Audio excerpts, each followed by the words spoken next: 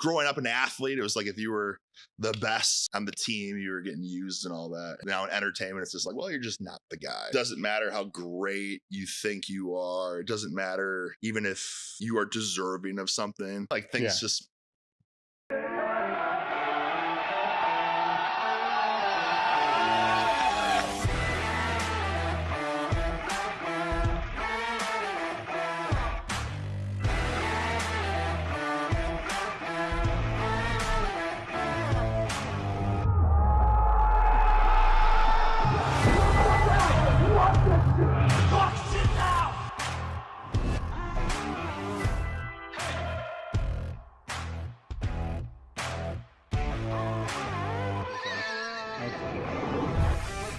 It's time to sit down, keep it real, and cut the bullshit. Welcome to Table Talk. Today's episode is brought to you by Element, a tasty electrolyte drink mix with everything that you need and nothing that you don't. In other words, no sugar, no artificial coloring, no artificial ingredients, no gluten, no fillers, and no BS. With Element, I love the watermelon. The watermelon tastes freaking awesome. I drank 1 pack every day, no matter what. People that train out here, it's sitting out here for them all the time. The boxes don't last very long. Right now, Element is offering Table Talk listeners a free sample pack with any purchase. That's 8 single serving packages free with any Element order. Get yours at drinkelement.com/Table Talk. The deal is only available through the link in the description. The other thing is, if you don't like it, you can just give it away to a salty friend and Element will give you a 100% refund. No risk, money back guarantee. Head over to drinkelement.com/Table Talk. So Merrick Health is a premium telehealth platform specializing in hormone optimization and preventative medicine. Are you looking to optimize your health in and out of the gym, improve recovery, sex drive, and quality of life? Have you tried speaking to your health professional about this and have gotten the cold shoulder, stereotyped, or just told it's part of getting older? You just go to merrickhealth.com/Table Talk, and you can create your own lab, or you can take labs that we've had set up for them, which are based upon the same labs that I've been doing over the last 15 years. Or you can use their guided optimization. With this, they'll put you in touch with a patient care coordinator, which is actually pretty cool because you get to sit down and speak to somebody that can understand what you're looking for from hormone optimization and the preventative medicine standpoint. After that conversation, they'll determine which labs that you should and which tests you should have done. And then from there, get the labs done. They'll review those labs with you and put you in touch with one of their hormone optimization specialists that can determine which supplementation that you should use, over the counter or prescription. merrickhealth.com/Table Talk. The discount code is Table Talk. I think most of us would agree that getting a coach is a great step forward that an athlete can make to make greater progress. What if you had a whole bunch of coaches and a whole bunch of driven elite level athletes and like-minded people all in your corner trying to make you better? That's exactly what you're going to get with the Table Talk Discord crew. Would I join again? Absolutely. And I will continue to be a member of the Discord group as long as it's active. I've been a big fan of Table Talk over the last couple of years. It's one of my top podcasts that I listen to. So once Dave Tate announced that there would be a Discord crew, it was a no-brainer for me to join. It's been overwhelmingly positive experience. One of the biggest benefits of being in the Discord crew, form checks. I work out in my garage by myself. I don't have people to cue me, to correct me, to coach me, anything like that. So being able to hop on the Discord, post my videos, and having elite top-level powerlifters and coaches able to give me real-time feedback that, hey man, you need to tweak this, you need to work on this, do some more accessories here, has been a huge, huge benefit. I've seen my progression as a lifter make jumps just because of that. There's so much info on the Discord group for the members, thousands of articles, tons of ebooks, and really the best thing about it, it's like you're back in the gym, you're busting other people's balls sometimes. At the same time, you're getting really good information. It's been a blessing for me this last year, and I really recommend it. All right, what's up, guys? We're back with another episode of Table Talk. Today, my guest is Eric Bugenhagen, co-owner of Psycho Farm. Psycho Pharma. I wrote Farm, so my mistake there. Spent 6 years in the WWE, Wisconsin State Wrestling Champion, was the captain for the 4th rank Wisconsin Badgers. Yeah, big time. You know, coached them for a couple years after this. He was finished with college, coached a little bit at Next Level. He's a YouTuber, and I can probably keep going on and on and on, but you really don't need any introduction anyhow. So I'm sure this podcast is going to go sideways, backwards, upwards, forward, and all around. So I'd rather just kind of jump right into it. So where we're going to start is we're going to go back to, I think you said in one of the podcasts I listened to, your parents owned a laundromat. What did they own? A print shop. A print shop. So you go across the street and you pick up Conan the Barbarian. So first off, you've done your research, man. Yeah, was that DVD or VHS? Oh, that's VHS. VHS. Oh, so we're going back, right? Yeah, I was like 6 or 7 years old. Yeah, so you're already training with plastic weights at the time, but then after watching that, you start aspiring to want to chop people's heads off. Oh yeah, Thulsa do. Oh my God, man. Yes. Yeah, you're speaking to my heart. Yeah. Dave's done his research here. Yeah. So first thing he mentions when I come in here is the 20 scoops of instant coffee. So I said, let's just stop talking. We're going to pick up with that. Yeah. But yeah, we'll talk about Conan. Yeah. So Conan. Oh, so what about that? So, brother, I mean, a 7-year-old, you're getting Conan, you're getting Arnold Schwarzenegger just sliced and diced, the most, bulbous man you've ever seen, with the glorious long hair and a freaking long sword. You know what I mean? Like, I don't know what it was. It just spoke to my heart, but I watched that VHS like every day. Now, did you pick up the Metallica CD at that same time? Load? Yeah. I did actually. Because that cracked me up, man, because you said that you thought it had all songs on there. Oh my God, you really done your research. You picked up the shittiest one to pick up at the time. Eat my bitch. Yeah. Okay, that's pretty cool. But where's like Ed or Sandman or Sad But True? So now you got the video to fire you up for your training, and you got the music that kind of works. Out of my way. Out of my day. So that's where it started, right? So it starts with Conan. Yep. And Load. Oh, yeah, I can't beat that. Yes. Now, were you wrestling at that time? No, I didn't start wrestling until I was 11 or 12. And it mainly started just from like survival. My brother got into wrestling. He was 3 years older than me. So he was hitting full freaking puberty, testosterone's flowing through his veins. He's learning how to do chicken wings and cradles and stuff. And I'm like, just this pencil neck that he wants to just bully every day and stuff. So I said, well, screw it. I'm going to freaking join wrestling too. I have to defend myself. Yeah. Because I'm just this twig. You know what I mean? I was just a pencil neck. You know what I mean? 0 striations. And I was lean. You know what I mean? I always had some natural muscle tone. But what classes did you wrestle when you were in high school? Jeez.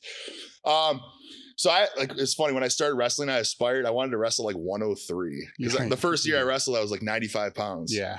So I like wanted to be small for some reason, because like the younger guys did better at smaller weight classes. And then like I got to high school and I was 135. I was like, damn it, that's too big. And then I like got up to 145 in that same year, and I tried cutting down to 135, and so I slept in like garbage bags, and I like had the worst performances of my life. Like I took like last place at conference and stuff. And then the next year I went up to 152, and then the next year 171, and then I say cut weight, but I didn't really know what cutting weight was until college. So I wrestled 171 my senior year of high school. What was the cutoff for super? For heavyweight? Yeah, 285. So it was, okay, when I wrestled, it was something whack, like 198 or something. Oh, really? Yeah, it's 197, then 285.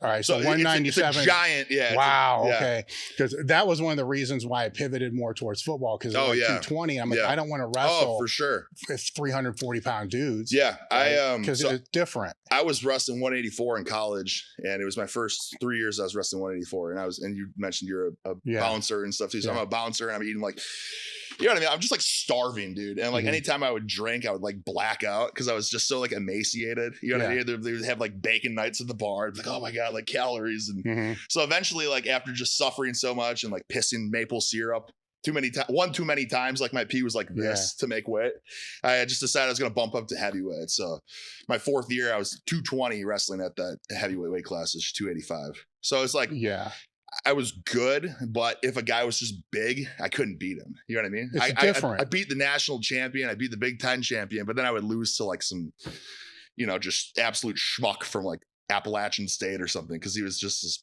corn-fed, 285-pound big guy. that was the issues I was finding out as a freshman, was it was different. Yeah. Right, because you're going from somebody you can actually move around and grab, yeah, to something that you can't even get the hell around. Oh, for sure, yeah. Like, if you can't move, mass freaking moves mass. Yeah. If you can't, you can do whatever. You can get all these cool angles and stuff, but at the end of the day, like if a guy's got 70 pounds of just dense freaking size, it's hard to beat that. How did you manage your own training during that time in college? Not good. Yeah.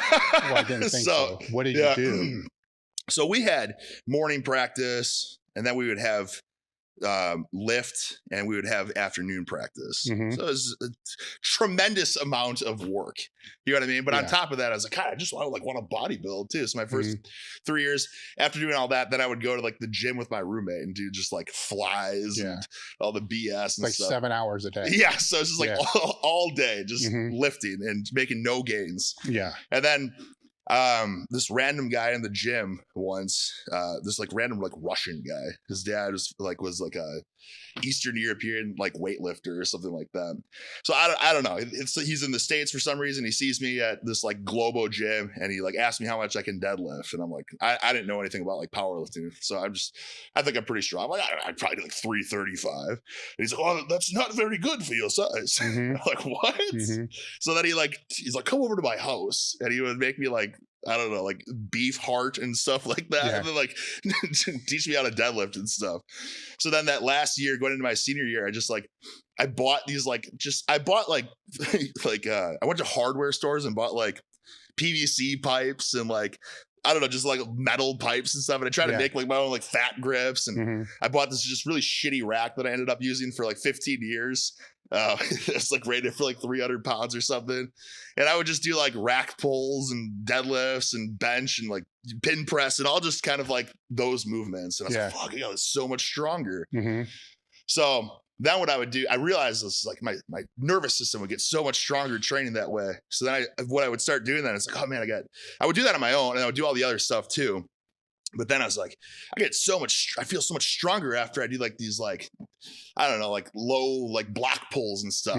So I would then before my like my dual mates, I would like do like powerlifting before the dual mate, because I wasn't cutting weight at that point. I was wrestling heavyweight, but it's like I did not know how to manage my So how did it change during your off season then? I just did more. But did you gain more? I mean, were you able to get stronger? Because now you're pulling all the wrestling practice out.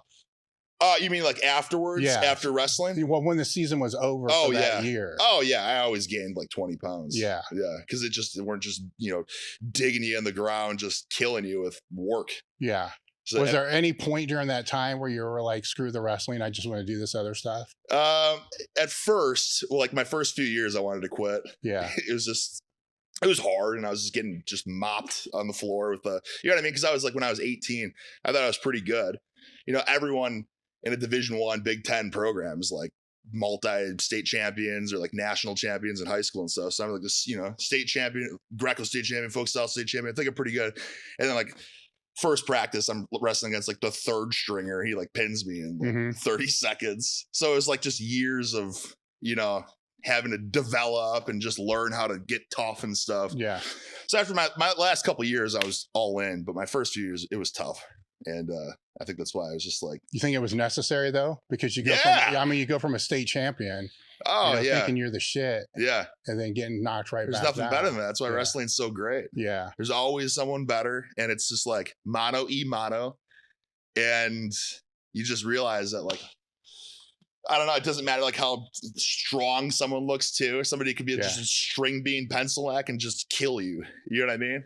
Were you ready for it to be over? Because that's 10 years. Oh my God, Well, it was 10 years of your life, so it's kind of part of your identity too. Yeah, right? yeah. Well, I stuck around for 2 years, and after I graduated, they wanted me to, because I was all into lifting. They knew I just loved lifting so much, and I got pretty strong and pretty jacked too. So like, let's just keep them on board to do the strength and conditioning for our team.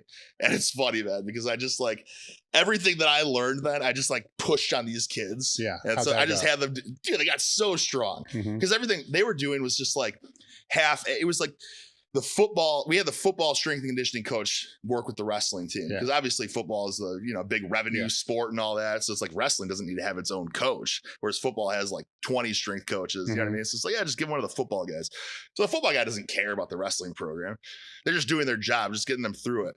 And they would just do like, I think we did like just like an upper lower split. It was like lower body Monday, upper body Tuesday, and then like a active recovery day Wednesday, and then something on Wednesday or Thursday was usually dual meets. Yeah. And then it was like Friday was traveling for like dual meets or tournaments or something too. So it's just, they just didn't want you to get hurt basically. What'd you have them do different?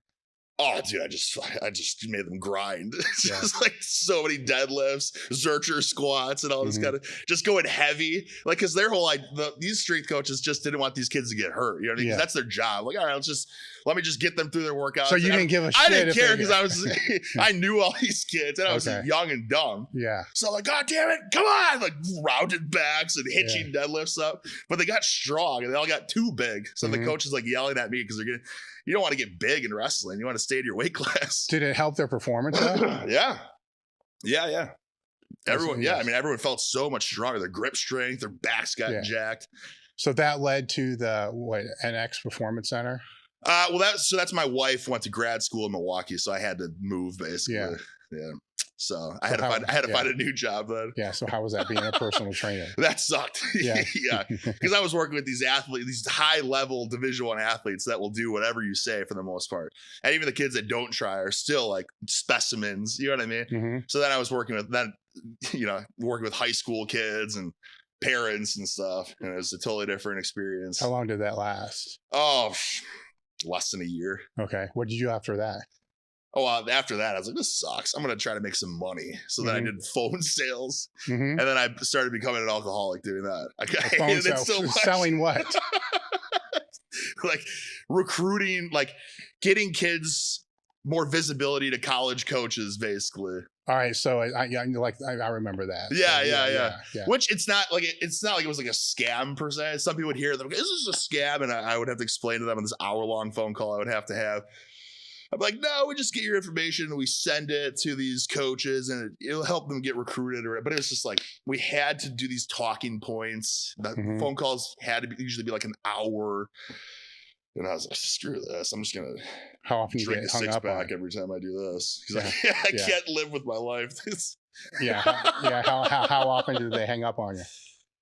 Oh, yeah. As soon as they kind of get the feel, they're like, oh, I see what's going on here. No, we're not interested. And I'm like, so that lasted. I can't believe this is my job. Yes. So then that turns you into an alcoholic, right? Yeah. So does that then lead to you making drunk calls?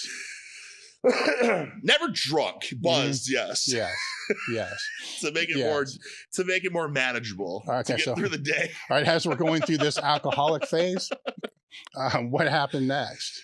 I just eventually like my boss is like listening to my calls. Like, what do you even say? Because, dude, I'm not a scumbag. So like, when I was talking to people and I could tell they're like, they don't have Wi-Fi or they like can't afford to pay their bills and stuff. So I would just be like, all right, well, it sounds like you're low income, so we can give you a deal on this stuff.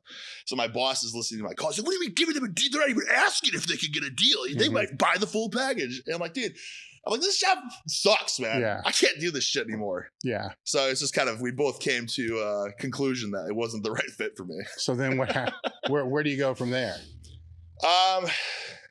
That I just went back into training then, like personal training and stuff.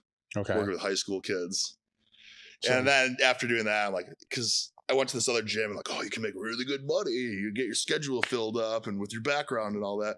So then I'm working all day. I'm waking up at like 4 a.m. and I'm not getting home till like 9 p.m. And it's like, I'm living paycheck to paycheck. And that's where I'm like, what is my life right now? How long did that go on? Probably a year. And then I was just like desperate to try to do something with my life. So then I just remembered like one of my assistant wrestling coaches in college. He was roommates with a guy that was in WWE. He was telling me about it. So I reached out to him and I just tried to do everything I could just to get like a tryout. All right. So give me a chance and I can maybe make something work. So the next step would be the WWE from there. Yep. And then how did that come to be? So I quit my job, so I had no income. Yeah. I had a wife and a daughter. So Yeah. I put all my chips on the table. Mhm. I said, I'm making this happen. I gotta be hungry for this. Mhm. So I just I don't know what I necessarily did. I just did lots of like cardio and stuff because I heard that the tryout was just cardio intensive, basically. Did you go to any camps? No, they told me not to do any outside wrestling stuff, not to develop like bad habits. So I'm like, well, I Okay. guess I'll just try to be like super in shape. So it was just tryouts then? Yeah. So I went to the tryout. I was the most in shape person there. And in shape, I mean by like the cardio stuff we had to do. Like I just smoked everyone. And while everyone else, people were like literally puking in a garbage can and stuff. And I was just doing like high knees on the side. And they just liked my energy. And I just like had a lot of energy and presence. And then we had to cut a promo too, like a minute promo. And everybody was thinking of this promos in their head that they're running through. And like, dude, I didn't even, looking back, I was stupid. I had no plan. But somehow I went up there and I cut a promo and they do like, you know what I mean? They want you to cut like a minute exactly. And I just exactly on the minute had a perfect outro and like everything. It just worked out perfectly. So after that, do they then send you to a camp or? No, then a week later they called me and told me that they wanted to offer me a job basically. So that what happens next? Because at some point move to Orlando. Yeah. And then pack up the family, move to Orlando, and then you're just in the performance center for development. Okay. And then from there, it's just what was that wrestle like? every day. I mean, going from what you were doing before to doing that. So what was, because now you got to learn a whole different skill set. Yeah, that was hard. It's hard to learn something totally different, especially when it's like, so it's funny because I was thinking pro wrestling and like college wrestling, like this is gonna be sick, but it couldn't be more different. You know what I mean? Like you were honestly thinking you're like that stone face, and like everything's tight and fast and strong and stuff. And in this, and I even want to say it, I'm glad that we're talking about this right now. When I came here and I first met you and I shook your hand, I was thinking to myself, like, damn, did I shake his hand too lightly? Because these are all habits now that I learned. It's like really gentle handshakes and everything's big, and it couldn't be more different than like high level college competitive wrestling. So yeah, it was tough. But also what's funny about that is I went right back into this lifestyle of like way too much training. Because for there, I had like morning ring and then I would do extra ring and then we had to do strength and conditioning there. But of course I just love lifting. So I would do my own lifting then too. So I went right back to 3 to 4 workouts a day again. How was your movement and your mobility at that point? Good. So a lot of it held from college? Yeah. Have you always been doing things like that? No, I maintained my mobility pretty good at that point. That was before my first knee surgery, and I was a lot lighter too, so I was more mobile. Well, you're heavier at that point, right? No, I was about the same weight as I was in college. Okay. Yeah. It wasn't until I put on tremendous mass and had knee surgeries now that I'm kind of... Yeah. So that was after you were in the WWE. Yeah. Did they want you bigger? I mean, I know you want to get bigger. Yeah, right? no. Did they give the green light on that? Well, so in development, I mean, they're not doing anything with you in development. Yeah. So they just have you train every day just to learn how to be like a professional wrestler, basically. Learn the WWE way, go to promo classes and just watch everything, like watch the tapings and all that kind of stuff. Go to SmackDown and Raw when it's in town. So basically you're just learning the whole time and you can do whatever you want, really. You come up with your own gimmick. I mean, I was like, how many gimmicks did you play around with? A lot. At first, but then what was the first one? I wanted to be an artist. Art Von Boogs was one that I was gonna have a French beret and overalls. And it's funny because there actually was a guy then that was on TV that had that gimmick later, but I don't know. How many others did you go through? I had not too many because they threw me on TV. So it's funny. In 2017 I started development, and then I tore my ACL and meniscus like the end of 2017. So I was really cooking in development for like 9 months or something, and I tore my knee. So then I took like a year for them to clear me. And then once they cleared me, they threw me on their developmental program TV, just to like job me out to have me get squashed by a guy. But at that point, I had a gimmick, just like high pitched screaming and stuff that the crowd just ate up. They loved it. So from that point moving forward, that was just my gimmick. The screamer with the guitar. Right. Yeah. 80s metal band. Stupid. Yeah. It's dumb as to stand out because nobody would do it. How'd you screw your knee up? So that's funny. I believe I tore my I sprained my MCL. Maybe I had a partial tear of my meniscus from like a match. It was like everything's supposed to be like gentle and stuff, and some people get too carried away, and they put me in this like, you know, this worked, you know, fake knee bar that's actually like really cranking on it. So after the match, like I couldn't extend my knee. And I was like, okay, I'm going to go do Zercher squats now with, you know, or Zercher rack fulls or whatever, with 750 pounds or whatever. And my knee just exploded. So during that time, is that when you're in perpetual bulk mode? No. Yeah. It's, that was, so it was all recovery. Yeah. That was, I was just trying to be lean, striated. It was the second tear that my quad tendon or my patellar tendon. Then I was like, I just got to get back jacked and stacked, bulbous. Well, how many years was it between that? That was so that was like pretty much from the beginning of my career to my end of my career. Yeah. So during your career, how did you manage the training schedule, the traveling schedule with your training? Oh God, that was really hard. The traveling, because that was the point where I was on the road 6 days a week. And I think that might be one of the reasons that I blew up my knee, was because like I always wanted to go really heavy with my legs when I was at home, like under my own environment that I knew my body and I knew how, you know what I'm saying? As opposed to on the gym with like random just shit equipment at random, you know, bent bars and that kind of stuff too. So when I was on the road at the time, it was like, it was really a learning process. So that first year when I was on the road 5-6 days a week, it's just like, well, I'll just do pump stuff on the road and strength when I'm at home.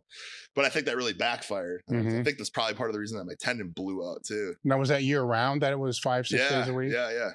Yeah. Once they cleared me for this and they brought me back, they weren't using me as much. So then I was only on the road for the 3 or 4 days. How long did it take you to get acclimated to that? Because at some point it's just going to become your normal life. Probably a couple months. Yeah. Especially like always changing time zones and stuff. I don't know if I ever really recovered. Probably aged me at 50 years. Yeah. You know what I mean? Like, especially because they would get you the worst flights. All right, you're gonna fly back home at 4 a.m. You know what I mean? So you get out of TV or something at midnight. You're like, all right. By the time I get to my hotel and drop off the rental car and stuff, I got 30 minutes of sleep I can get. Yeah, then you're right back. Sleep on the plane. Yes. Yeah. And then, it takes a day. Like I can't go home and just sleep all day because I have a wife and daughter. Plus I want to just horse huge weights. So I have to suck down 20 scoops of instant coffee and just get myself right back. So how did you keep your stage presence throughout that whole thing, or when it starts, it starts? Yeah, I have no problem turning it on. So I get that, but 4 years, 5 days a week, you know what I'm saying? I guess it wears on you. It definitely wears on you. Yeah. Yeah, I think it's why a lot of these old wrestlers are just all so grizzled and it's just because it really does take a lot out of you.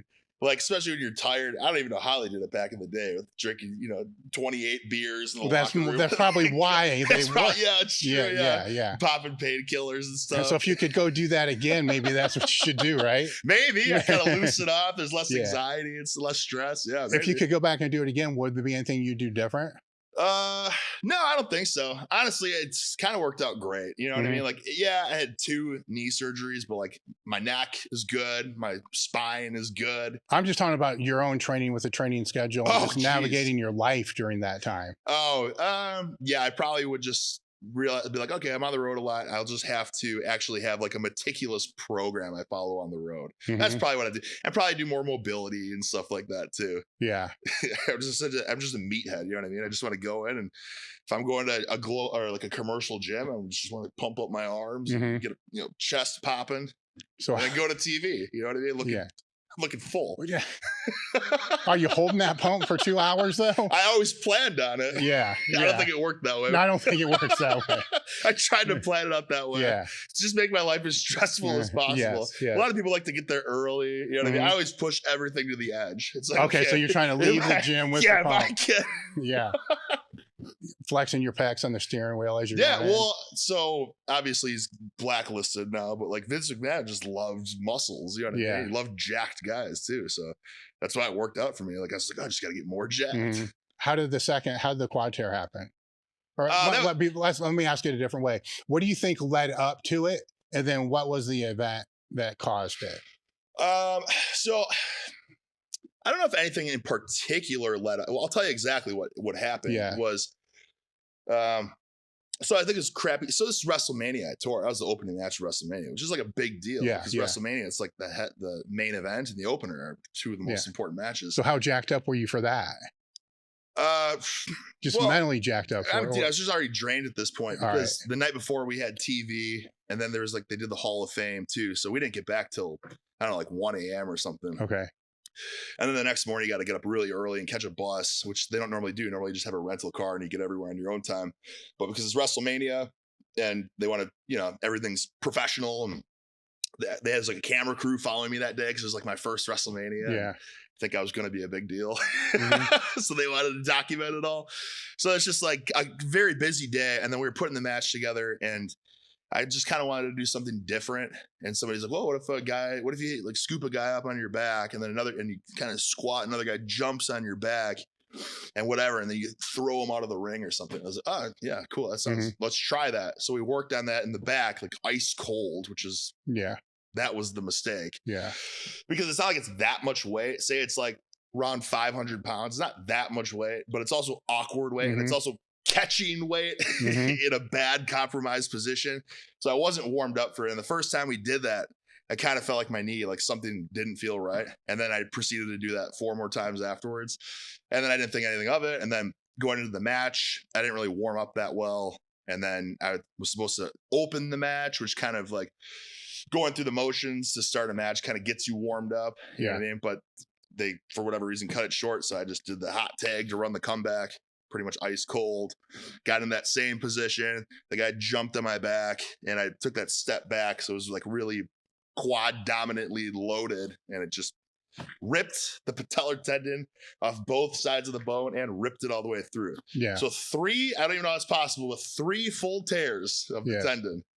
So what do you do right after that? Well, I was thinking, I was like, God, I gotta gorilla press someone now. So I'm trying to I thought I dislocated my knee. I don't know. I'm not you know what I mean? I'm not a freaking physicist or whatever. So I trying to push my kneecap down, trying to maybe get it back in the socket or something so I can get up and press someone. Yeah. But by that point I was like, okay, my knee's, it's just totally done. You know. So then tendon. What was the exit like? Well, so the other guy that I was tagging with had to just carry on with the match. We had to just scrap kind of the original plans. And I just was like on the floor, just like trying to not be seen by the cameras. And then the medical crew just had to like carry me 1,000 yards back. You go straight to the hospital from then? No, I got to sleep. Yeah, it's because they want to go through the same guy usually in Birmingham or whatever. Yeah. So you had to travel with that? Yeah. How's that? Horrible. Because you can't walk, right? I mean, the tendon's off. You're not. They wanted to get me to like the hospital ASAP. So they had me take like the surgeon's private jet. Yeah. But it was like tiny too. So it's just it was a pain in the ass. Well, we should probably navigate this a little bit because people will hear quad tear and it's not like a quad pull. I mean, no, that's what I always said. Yeah, like, oh yeah, I tore a muscle. No, you're not moving. Yeah. I guess you could limp, kinda. No, I can't do anything with that. The tendon is destroyed. Yeah. Shredded to be. He said it was like trying to sew like hamburger helper back together or whatever. Yeah. Like how long did it take to get the surgery? Like to what? To get into surgery? Like 2 weeks, a week to get into surgery. Yeah, you get into surgery. Instantly. Yeah, it was the next day. All right. Yeah. All right. And then how'd that go? It was great. I think I really realized surgery. Yeah, I think I really realized I had sleep apnea because my wife was with me, so she was kind of like monitoring my vitals, and I had like no oxygen when I was sleeping. So she asked them if they could put some oxygen in me because my oxygen was down to like 70 something, which is like dangerous. So then when they had the oxygen in my nose, like I had the greatest night's sleep ever. Yeah, I'm like, man, for sleeping in a hospital bed like upright, I feel really well refreshed. How did it go post-surgery? Because I've known people that have had that same thing, and some go good, some don't go good, some get infected, some don't get infected. Oh, thank God. No, I didn't get an infection or anything. Yeah. So it's all... I think it went pretty good. Yeah, honestly. So they didn't clear me until like 9 months, but I probably could have been cleared after 3-4 months. Yeah. They were going to bring me back to TV after, let's see, I had the surgery in April, May, I think it was June, end of June or July. So 2 or 3 months. So I'm assuming 2 days after surgery, you're training. Yeah.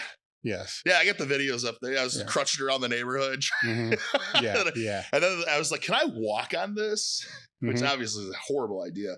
But the surgeon's like, well, it's like, because the knee's immobilized and stuff, it's like, I don't think it'll hurt, but just do what you're comfortable with. Mm-hmm. So then I'm trying to like walk around the neighborhood and stuff too. How long till you were not immobilized? I think maybe a month, I want to say. Okay. I can't remember the specifics that well, but yeah, I recovered pretty quickly. It's just a matter of getting to that, like, now it's just the point of getting back to 100%, which takes forever. I know from my first surgery that it takes like 2 years. So at that time you decided to bulk up. Why? Oh, because I wanted to come back bigger and better than ever. All right. How heavy did you got? Like 290 something? Right? Yeah. Well, how was that? Very bloated, 295. Yeah, I assume so. that. Yeah, but how was it just moving around? Dude, honestly, I felt fine. I mean, I never sleep well. I just have this undiagnosed sleep apnea that I learned to live with. You can diagnose it, you know. Getting a CPAP's not that hard. I know. I don't know, man. Facebook Marketplace, you know, eBay. You're creative. You can find a CPAP. They auto-regulate. I don't know. It's just pulling the trigger, you know? Yeah. You're not interested in sleeping right now in your life. That's fine.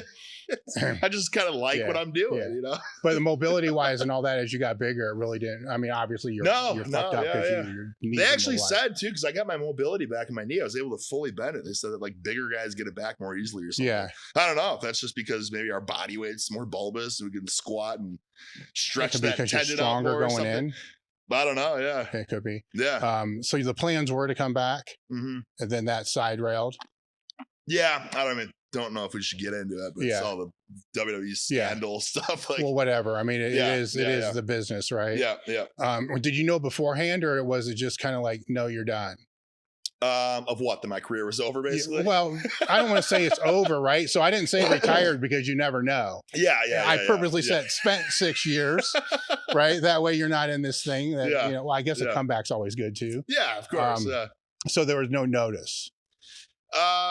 Well, so everything was basically very confusing. Yeah. Right. So I had travel booked, like, so we had this app that they had like our flights, what shows we were going to be at and all that. And I was booked for like 2 months out. My travel was all booked and everything. So I'm like, oh shit. And next week I'm going back to TV. And then, like we got the talent got this mass text message from like Vince, like, well, it looks like it's time for me to retire. I'm stepping down. Was that around the same time as the acquisition? It was like, yeah. Maybe it was right before it came out, or maybe it was right after it came out. I'm not sure. But or you talking about the TKO deal? Yeah. No, that was before. I think it's because they wanted to keep that like squeaky clean. So you're not squeaky clean? Well, it has nothing to do with me. Yeah. So they scrapped they basically just changed the booker. Yeah. He decided that they didn't need me. Right. They scrapped my travel, which I was like, okay, cool. I can just rehab for like as long as I want now. So I just kept getting more bulbous. So what was it like being on TV then? Like the first time you saw yourself? Once I returned? No, yeah. Well, just when you started to begin with. Oh, because you go from, you know, doing laps around your with the cul-de-sac and on a bicycle for world record time. Yeah. Right. Yeah. And for your YouTube presence in front of 100,000 people, maybe. That one might have done better than that. Right. The Guinness World Record. Yeah, the Guinness World Record. So you go from that, you know, to then being on TV.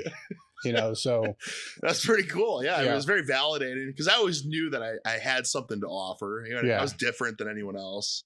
So it was validating basically. It was you know, strange how it all happened. Like, because normally when you're in development, you get used on the developmental show, and then they decide like, oh, he's ready to go up to the main show. Yeah. And for me, it was just like Vince just saw me because they weren't doing anything with me. So I did like this third party Old Spice ad campaign because they needed someone that was like entertaining, looked like a wrestler, but nobody knew who they were. So I was like the perfect candidate for it. And they saw me and just called me up to TV. So I was like, wow, finally. It was like my big break, you know? It was awesome. Yeah. I mean, did you know you made it when they made like a little bobblehead thing of you or whatever that? Yeah, I got a toy. I got a couple toys. A shirt and all that. No, dude. I mean, that was like probably like one of the best years of my life, just because like I was going arenas, like just like I'm like a huge like Iron Maiden fan and stuff. Yeah. And I was going to all these arenas, Iron Maiden posters, and I'm like kind of like playing guitar and I'm like, Yeah. you know what I mean? Like sold out arenas and stuff. How did the sick. guitar thing get integrated into all this? They just, that's funny because that wasn't even part of my gimmick. Yeah. I pitched that like when I started development, but they said that I couldn't. Somebody else did something too similar. And so I was like, all right. And then when they wanted to call me up and do something with me, they just looked through my Instagram. Like, hey, he plays guitar and does lunges and stuff. So we'll just have him play guitar. It was just very last minute. Okay. And they told me like the day before I was going to be on TV too. Yeah. It's just like, holy shit, better practice tonight. When you were going through development, what were some of the things that you learned then that you'll be able to use for the rest of your life? Because that's like camera ready. Yeah. You know, Well, I mean, tonality. just a tough. Well, I mean, I know where you're coming from, but I Yeah. think the biggest thing I learned is just that, you know, it doesn't matter how great you think you are. It doesn't matter even if you are deserving of something.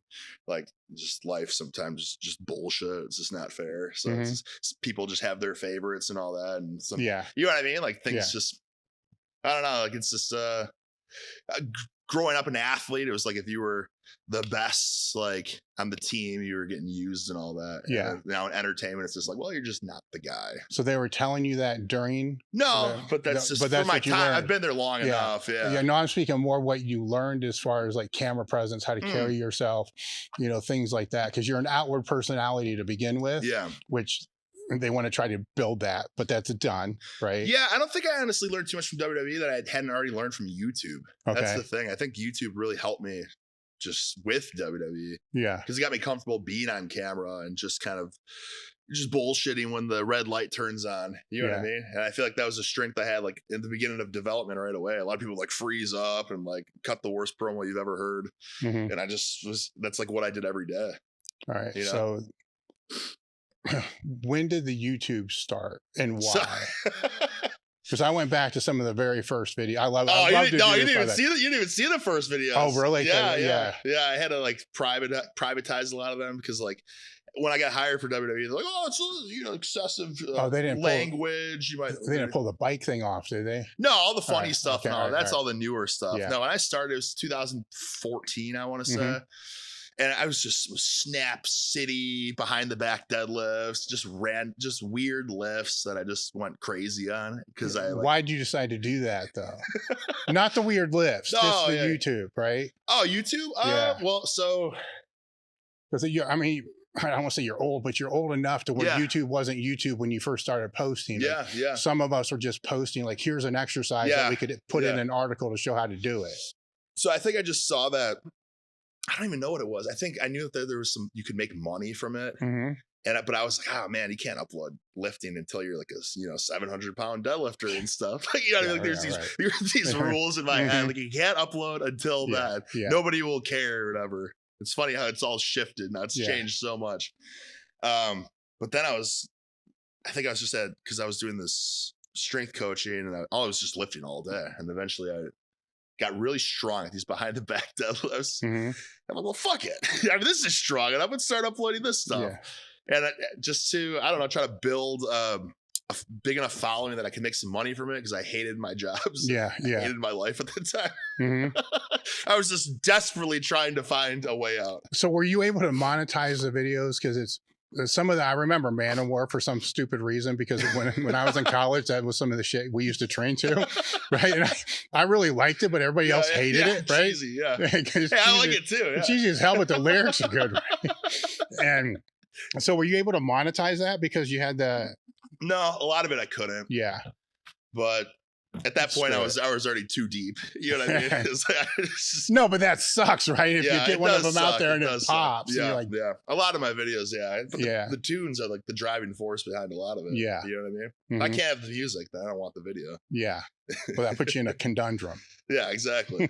Yeah. So when did the odd lifts come in? Because that came in sooner. Yeah, that was the first. Yeah, that's what got me started with the channel. Yeah. So why did you start doing those to begin with? Because that started when you were wrestling. Right? Yeah. So I think it's just because You sucked at the other ones? Yeah. Because well, the funny thing is about that, it's because I think I never trained properly. Like when I was younger, I never learned. I started lifting when I was 11. Yeah. From like Gold's gym books, like the Arnold book and stuff. So there's no instructional DVDs or whatever. YouTube tutorials and stuff. Yeah. So I had no idea. Did you do every exercise every day? Yeah. I did the same shit. Just like, okay. Yeah. It's like 3 hours in the base. Like, oh my God. So I never learned how to hip hinge and stuff. I never learned how to properly squat. So like my squats were like all like just knees driving forward. My deadlifts were all rounded backs. You know what I mean? Like, yeah. So, and then with wrestling, I always being like a rounded back position and stuff too. Like I got really strong with a rounded back position. But with that being said, like you can't squat in like conventional deadlift with a rounded back for the most part. You know what I mean? Like you can't lock out. So I could drive a lot of weight off the floor, but I could never lock it up. Yeah. But with like behind the back deadlifts, as long as you could drive it off the floor, you could lock it up. You know what I mean? Because there was no hip hinge involved. So this was by default, right? Well, it's like, fuck, I'm strong with these lifts. Yeah. I might as well just go all in with these lifts. They didn't hurt me. Yes. So then how did you structure your training? Oh, man. Because it sounds like it's just chaos, right? Most unique podcast you've ever done. Everyone's so methodical. Yeah. I just picked a lift and I did it every day. So how would that progress? Just maxing out every day? Yeah. But I wouldn't do any other lifts because I found that if I did too much, it's just too much. I couldn't. I wanted to do the one lift and then recover fully for the next day to do it again. Okay. And then how many days in a row would you do that? I did for like 2 weeks, maybe a month, until it stalled. Yeah, exactly. And then I would just pick a new lift and do that with. And dude, it works incredibly. That actually has structure to it. I know, but it's not like 3 sets of 5 and 80% and you know what I mean, 2 reps in reserve and all that. It's just balls to the wall, max out today, call it, max out tomorrow. Of course, you know, drink 2 pots of coffee. You got to get more hyped up every time. Well, if you think about it, when you first start it, you're not going to be that good at it. So you're going to learn the skill of it over a period of time. Yeah, exactly. Just get more efficient with it. And then, so it's fun. And it's the same. The same lift every day is a little odd. Were there upper body, lower body days, or was it just the same lift? I mean, that's why it was easier for me to like gain weight when I finally was like, you know, I think I'm just gonna stop. Like, if I'm just doing a behind the back deadlift every day, I'm leaving some serious gains on the table. Well, that would be every day for a couple of weeks. Then what would that change to? Like a Zercher deadlift or a trap bar deadlift or a Hatfield's lunge or something. And then if you were to guess, you probably don't know, but if you were to guess, how long would it be till you cycle back to the first one again? A couple months. Okay. Yeah. So keep it spicy. That does have some periodization to it. Yeah. But it's just as elementary as it goes. Just max out this lift every day. So when you started putting in the upper body work, then did it become every other day?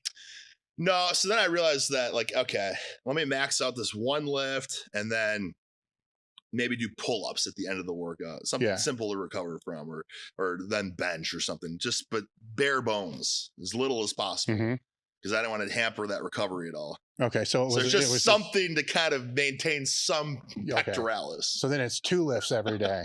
Maybe, but for most of the part, it was usually just 1. Yeah, but then there were times where I just dilly-dallied with this system. I did this for like 10 years. Yes. And it's awesome. And honestly, now I'm trying to be more like, oh, let me follow this program and stuff. But honestly, like I'm like weaker than when I was training that way. You know what I mean? Dude, I could never do those lifts that I did back then. That's probably because I'm like way more like vulnerable now than I was when I was young and indestructible. I think I was just more like just mentally just like insane. So if you get to the epitome of this psycho training, there you go, trademark it, right? Yeah. If you get to the epitome after 8 years of doing it, what did it look like when it was matured? Yeah, so I think and here's the funny thing. I kept doing that when I was in WWE too, which made it really hard though, because then there was so much training and it basically gotten impossible at that point. Well, you're in different locations too. Yeah, and then I was in the garage, was 120 degrees. And so it was just the basement, the cold basement was the best environment when that's all I got to focus on. So sky was the limit with strength with those dumbass lifts. But yeah, so what I found though that I liked the most was because when I was waking up at like 4:30 to do like trainings, personal training stuff. And I would have like, you know how personal training, you'll have like 2 clients and Yeah. you'll have like a 2-hour break or whatever, an hour break or something. So I would just do some like pump BS for like 30 minutes or something in between like clients. And then once I had a big break, that's when I would, you know, scarf down a pot of coffee, you know, pre-workout and stuff, and then just go fucking psycho with the one lift. All right. That makes more sense, right? So now you get in the accessories that are in there because clients canceled. Yeah, exactly. Yeah. Yeah, and plus clients are really frustrating too. So that was the perfect system. I would just be so pissed off and frustrated that I would just go and crush the weights. So it was a great system. I hated my life back then, but it was a great system. So the post clients, right? How would you lay it out now, right? So how would you combine your accessories with those main lifts? So I think if I was to do it now, because I do think about this, like I feel like I do want to go back to that style. It just works well for me. I don't think there's not one right way to skin the cat. You know what I'm saying? It's just like what works for you and it won't work for everyone else. So I do think about that. And I think I got to start going back to that style. I don't know if I could do the frequency that I did it like literally every single day. But what I found that I do like is every other day, and it's doing the lift, and then it's doing some accessory, and then the next day just doing like upper body or something like that, and then rinse and repeat. I think that I've done that. I've dilly-dallied with that, and it actually does work pretty well. So it's every day. So there's every other day. No, so I know you train every day. Yeah, I never take days off. Yeah. When's the last? I feel like it doesn't. Outside of a surgery, when's the last time you took a day off? Even with the surgery, you didn't train that day. Oh yeah. I couldn't even tell you because I'll always do something because it just keeps me happy. You know what I mean? Gives me something to look forward to. So if you're beat up, what do you do? Arms. Yeah. You can always do arms. The default. Yeah. Arms. You can always do arms. You can always do calves. You can always do forearms. You can always do shoulders. You know? You just don't do the heavy overhead press and stuff. You know what I mean? Like, you can always do that stuff. So when you were, and it makes me feel good. Yes. I'm not gonna do arms. I'm so exhausted. You know what I mean? Fuck yeah. From curls. Yes. You're gonna feel good. You're gonna feel rejuvenated. Yeah. That's like active recovery. You know what I mean? Yeah. Get an arm pump. So when you were trying to put the weight on, how did you go about doing that? Oh man. So you know what? This is so funny. This is the greatest conversation ever. Let me just say this. I was a huge T-Nation nerd. Like into that. Like once I started learning about like deadlifts and stuff, I like read all that shit. So I like read your articles and stuff like 14 years ago or whatever. And I remember you had like I think it's like a story or something where you like eat pizza. You would you didn't do that shit. Yeah, of course I did. Dude, I ate cat food. Oh, what? Why? Because no. How did you think that was going to help? Now, let me reframe that question. So, how did you think cat food was going to help? And was it the dry food or the moist? The dry. Okay. The wet food's too gross. Because I figure you're going to class. This is college. You're going to class. During class or walking to your next class, you got to have high quality calories. Like granola wouldn't work. Yeah, but the cat food is the salmon, blueberries, the sweet potatoes. Look at the ingredients in the back of a good quality bag of cat food. It will blow your mind. So it's like, that's it. Yeah. That's the $1 million idea. Yeah, the cat food. And I was actually going to, because I was trying to schmooze with the director of strength and conditioning at Wisconsin too. So dude, I had this whole plan. I was like, man, I'm going to sell this guy on the idea of these cat food power snacks. I don't think I ever pitched it, thank God. Well, you have a supplement company now, right? Yeah. So just rebrand it, Tiger Food. Yeah. I still think it's a great idea. The problem is we don't have the sharp claw teeth, and the kibble's really hard. Like our flat teeth, they're hard to. Yeah.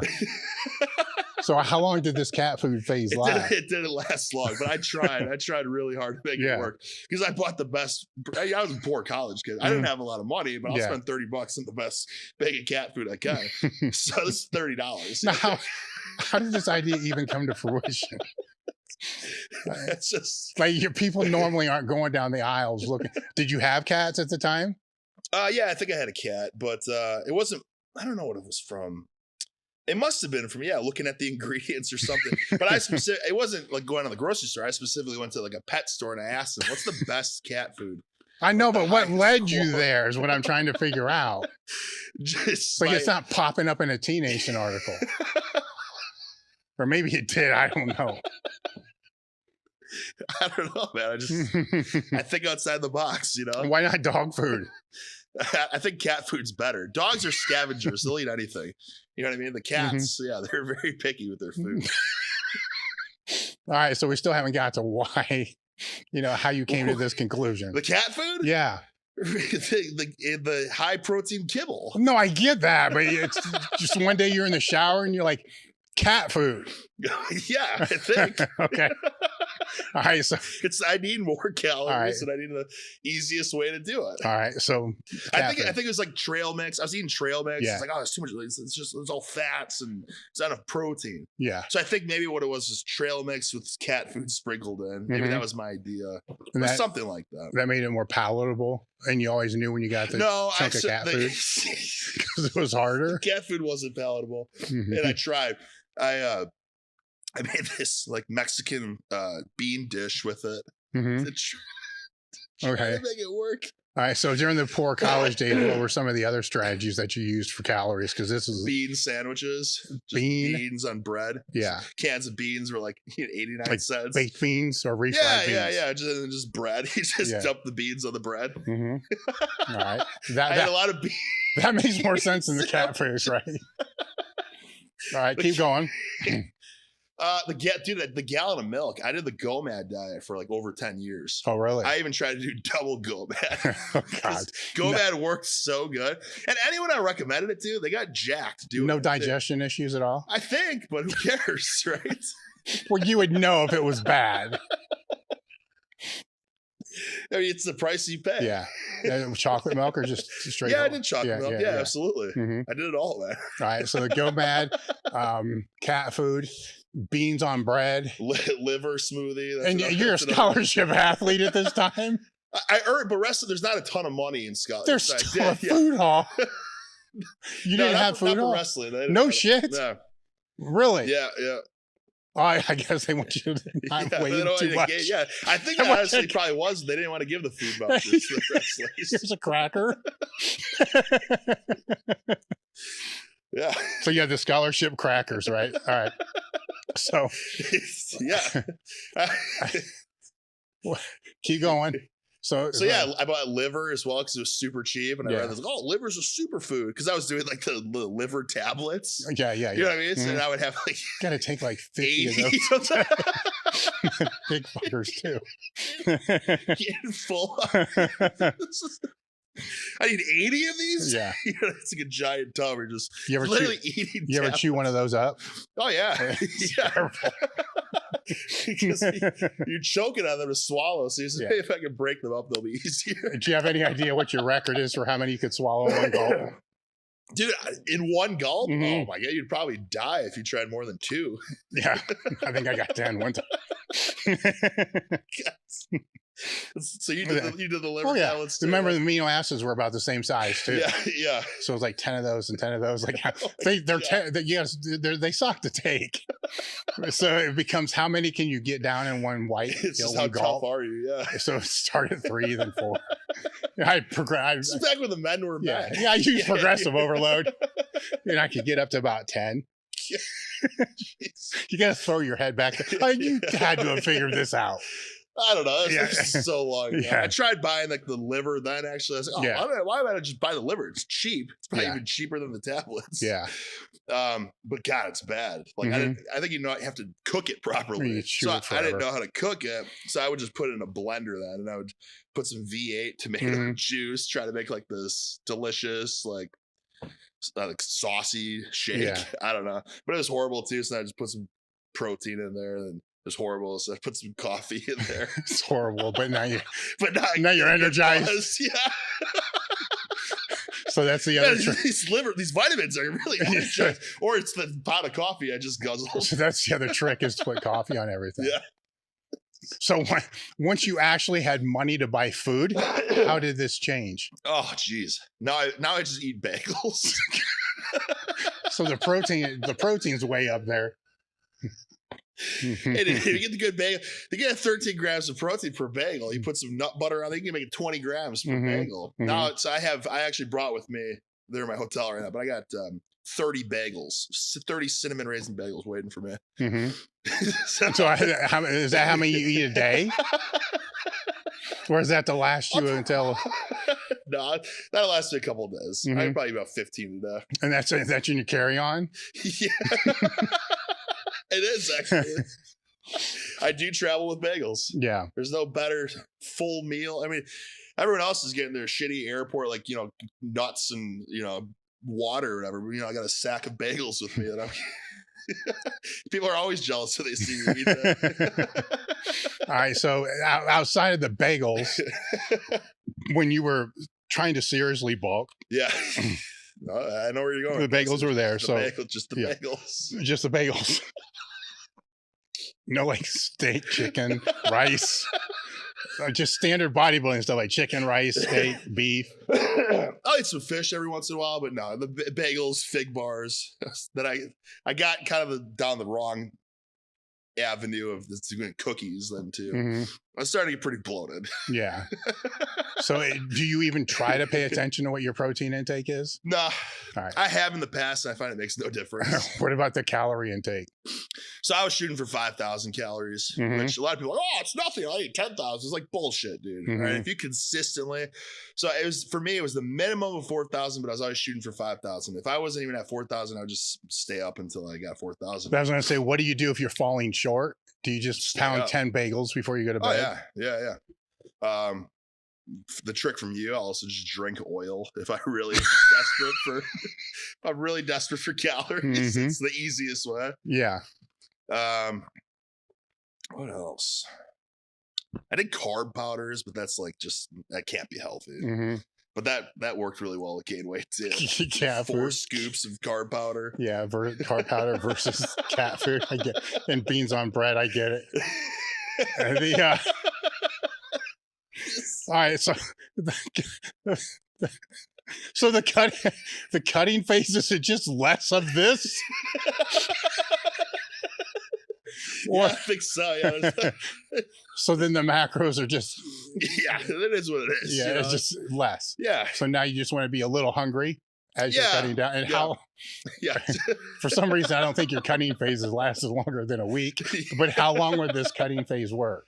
Yeah, well, like it doesn't last long. So it's the second you see you're starting to downsize, that's it. It's over. Yeah. So when you say bloated, you're using your face as a guide? Yeah, for sure. Yeah, okay. You can't open your eyes. So when it's there, you're gonna cut down until you can open your eyes, and then maintain there. Is that kind of how this works? Yeah, it's a crude description of it. Yeah, so bulk until how your face looks. Got it. So I understand all this. I totally get it. So you bulk until your eyes are swole shut, right? Yeah. Then you peel back a little bit so you can see. You ride that wave for a little bit. Then you feel small. Then you bulk again until your eyes swell shut, and you repeat the cycle. Is that about right? Yeah, it's the crudest, but most effective way. Yeah, yeah. Yeah, I mean, you want to be strong, you want to be big. You know? It's probably not the healthiest, but you know. Do you get your blood work done regularly? Yeah, it's amazing. It's actually really good. Genetics, I suppose. I don't know, but it's probably because I'm not eating tons of steak and stuff. Yeah, I don't know. Yeah, it's got to be because like I know a lot of people that do like the carnivore diet, and their cholesterol is fucked. It's horrible. Yeah, really like high. Whereas I don't really consume tons of cholesterol, and my like triglycerides are like I think like under 100, and my like LDLs like 60. Whereas there's people like a lot of people I know that do the carnivore diet, it's like 200s or pushing 300 LDLs. So when you train now, how long do you train? Over 2 hours. That's the usual. Yeah. Okay, so that would be a minimum, right? So, but you developed this work capacity in college, so it's like 7 hours of training is a huge work capacity. Yeah. And then it maintains somewhat through the WWE. You know, so you have this big work capacity, which will help with recovery, help with all that other stuff too. Right now, maybe the lowest your work capacity has ever been. It is, yeah, for sure. Yes. Which 1 day a week is still like, it's nothing. You know what I mean? Yeah. I agree. Do you think that's inhibiting your recovery right now a little bit? No. But not taking any time. No. The slowly decreasing work capacity. Oh, man, probably, yeah. Yeah, because I've always wondered with college athletes, say a college football player, for example, when they go to the NFL, they always lose a step like within 3 years. Yeah. I wonder if that's because their work capacity is so high through college because they're forced to actually train and practice and all this.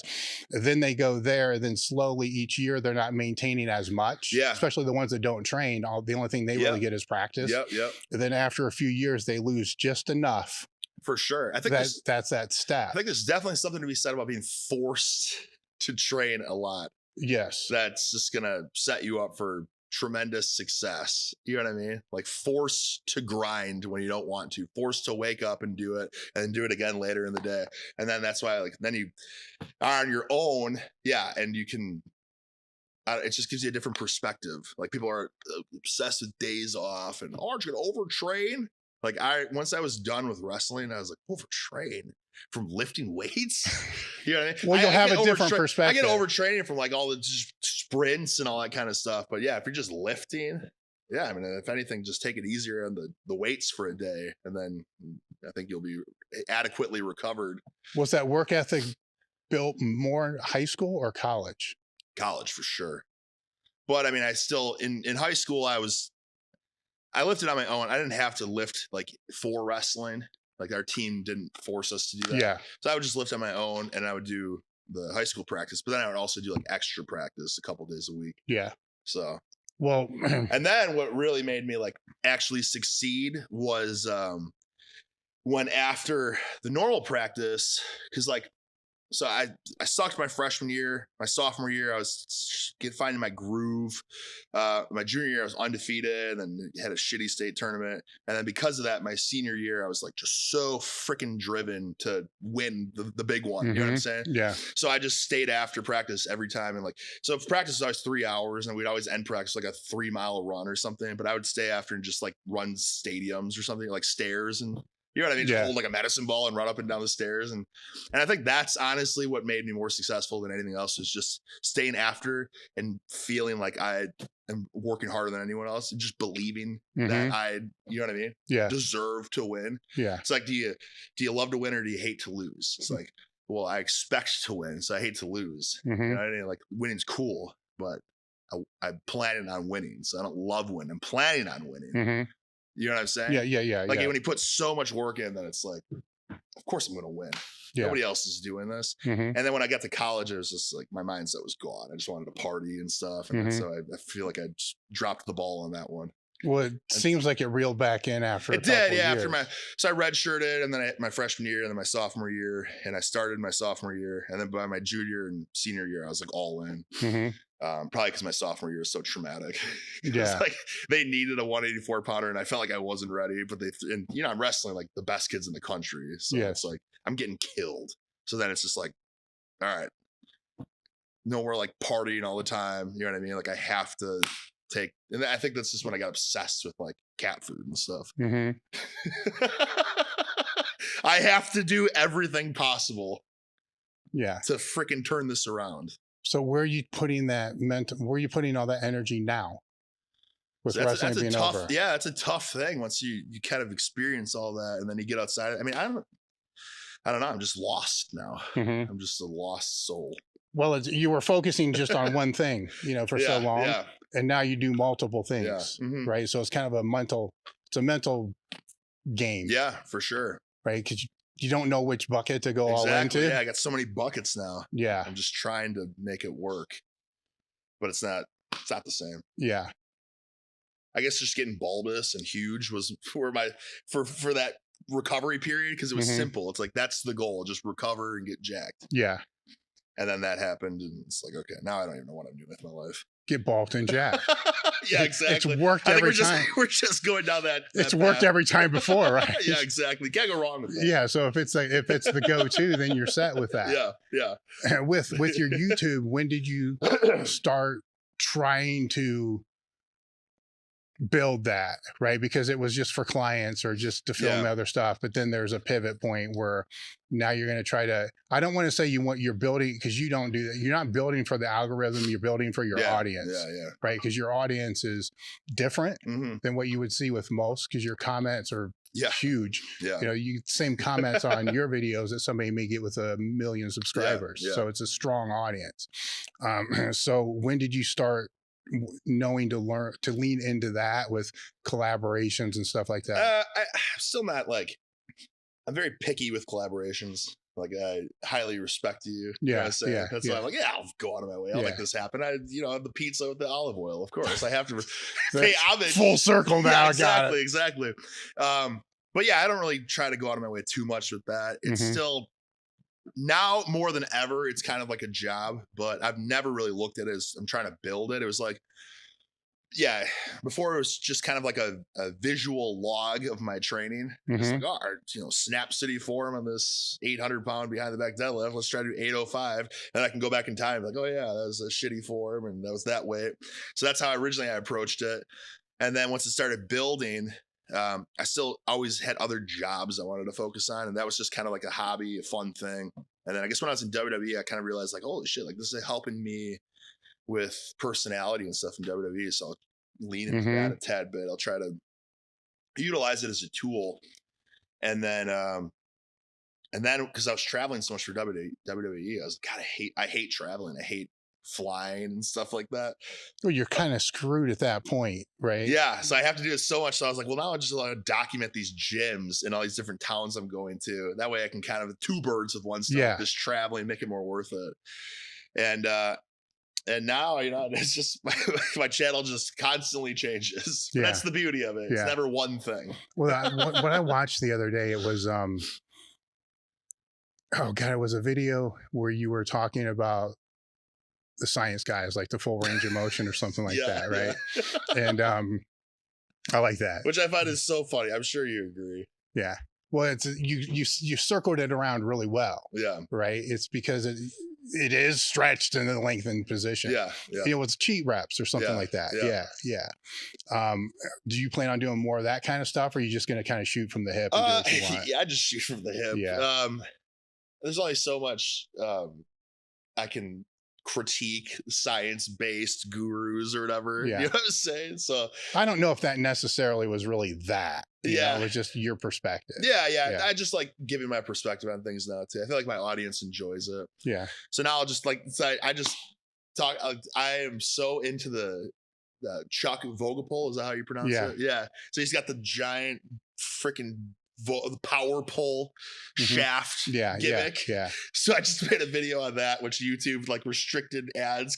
It's too phallic, I guess. Going back to the cat food, right? Yeah. The reason he developed that is he had to carry. That's hilarious. There was like 2 bags. It wasn't cat food. He had to carry like 2 bags of rock salt. For his water filter uphill. Yeah. And then after he was done, his glutes and shit were just screaming. You know what's funny about that is before I read that like 2 days ago, because I'm all about this. I ordered one because I'm going to use that sucker for everything. Yeah. But the behind the attack deadlifts with that will be awesome. My God. Yeah. You bet your ass I'm doing that. Before even seeing that tool, I went to the pet store and I bought dog food and I was carrying it back to my car. I was like, holy shit. Like, yeah, it's what kind of work. And I bought it with the work car because I'm like, I can make videos with this bag of dog food. So this is a tax write-off.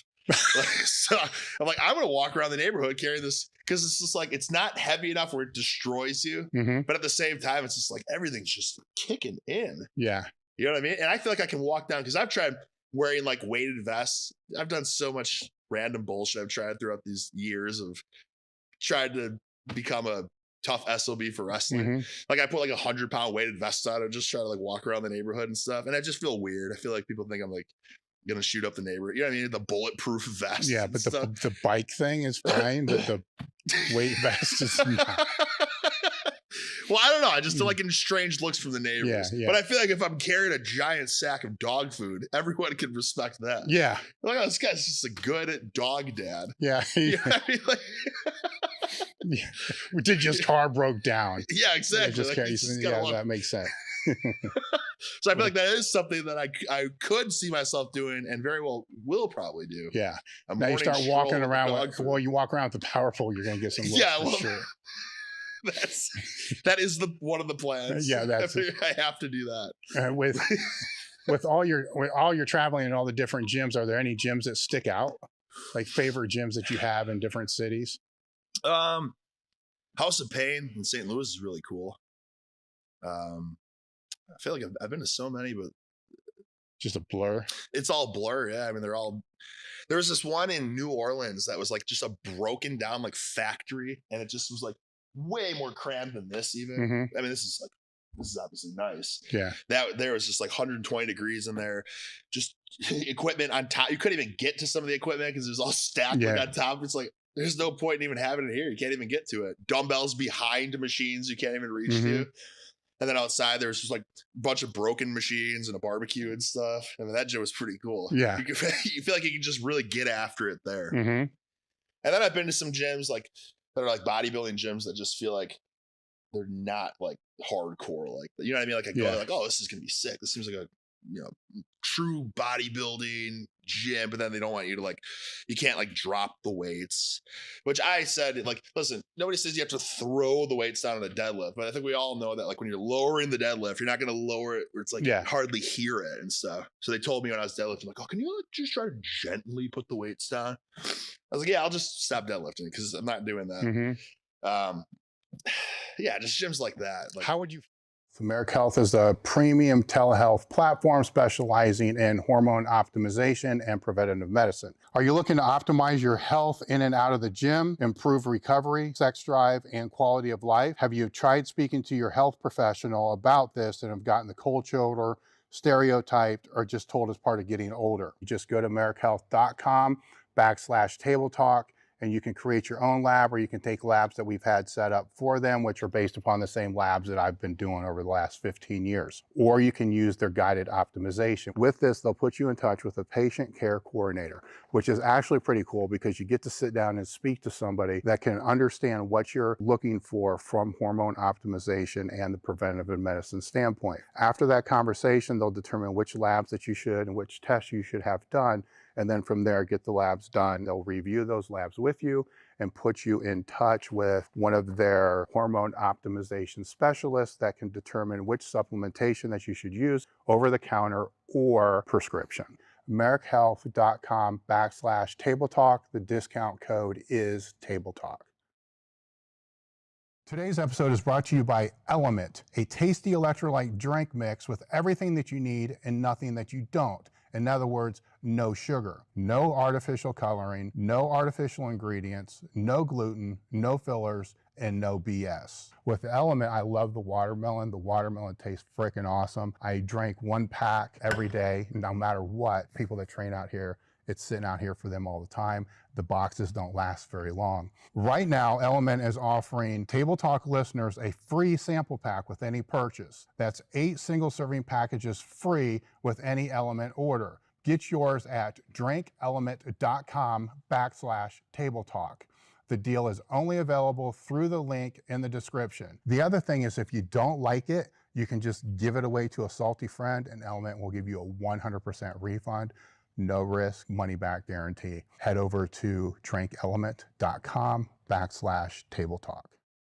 I think most of us would agree that getting a coach is a great step forward that an athlete can make to make greater progress. What if you had a whole bunch of coaches and a whole bunch of driven elite level athletes and like-minded people all in your corner trying to make you better? That's exactly what you're going to get with the Table Talk Discord crew. Would I join again? Absolutely. And I will continue to be a member of the Discord group as long as it's active. I've been a big fan of Table Talk over the last couple of years. It's one of my top podcasts that I listen to. So once Dave Tate announced that there would be a Discord crew, it was a no-brainer for me to join. It's been overwhelmingly positive experience. One of the biggest benefits of being in the Discord crew, form checks. I work out in my garage by myself. I don't have people to cue me, to correct me, to coach me, anything like that. So being able to hop on the Discord post my videos and having elite top level powerlifters and coaches able to give me real-time feedback that, hey man, you need to tweak this, you need to work on this,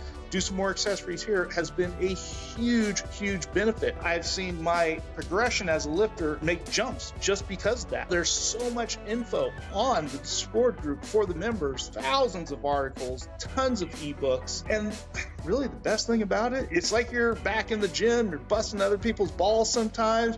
At the same time, you're getting really good information. It's been a blessing for me this last year, and I really recommend it.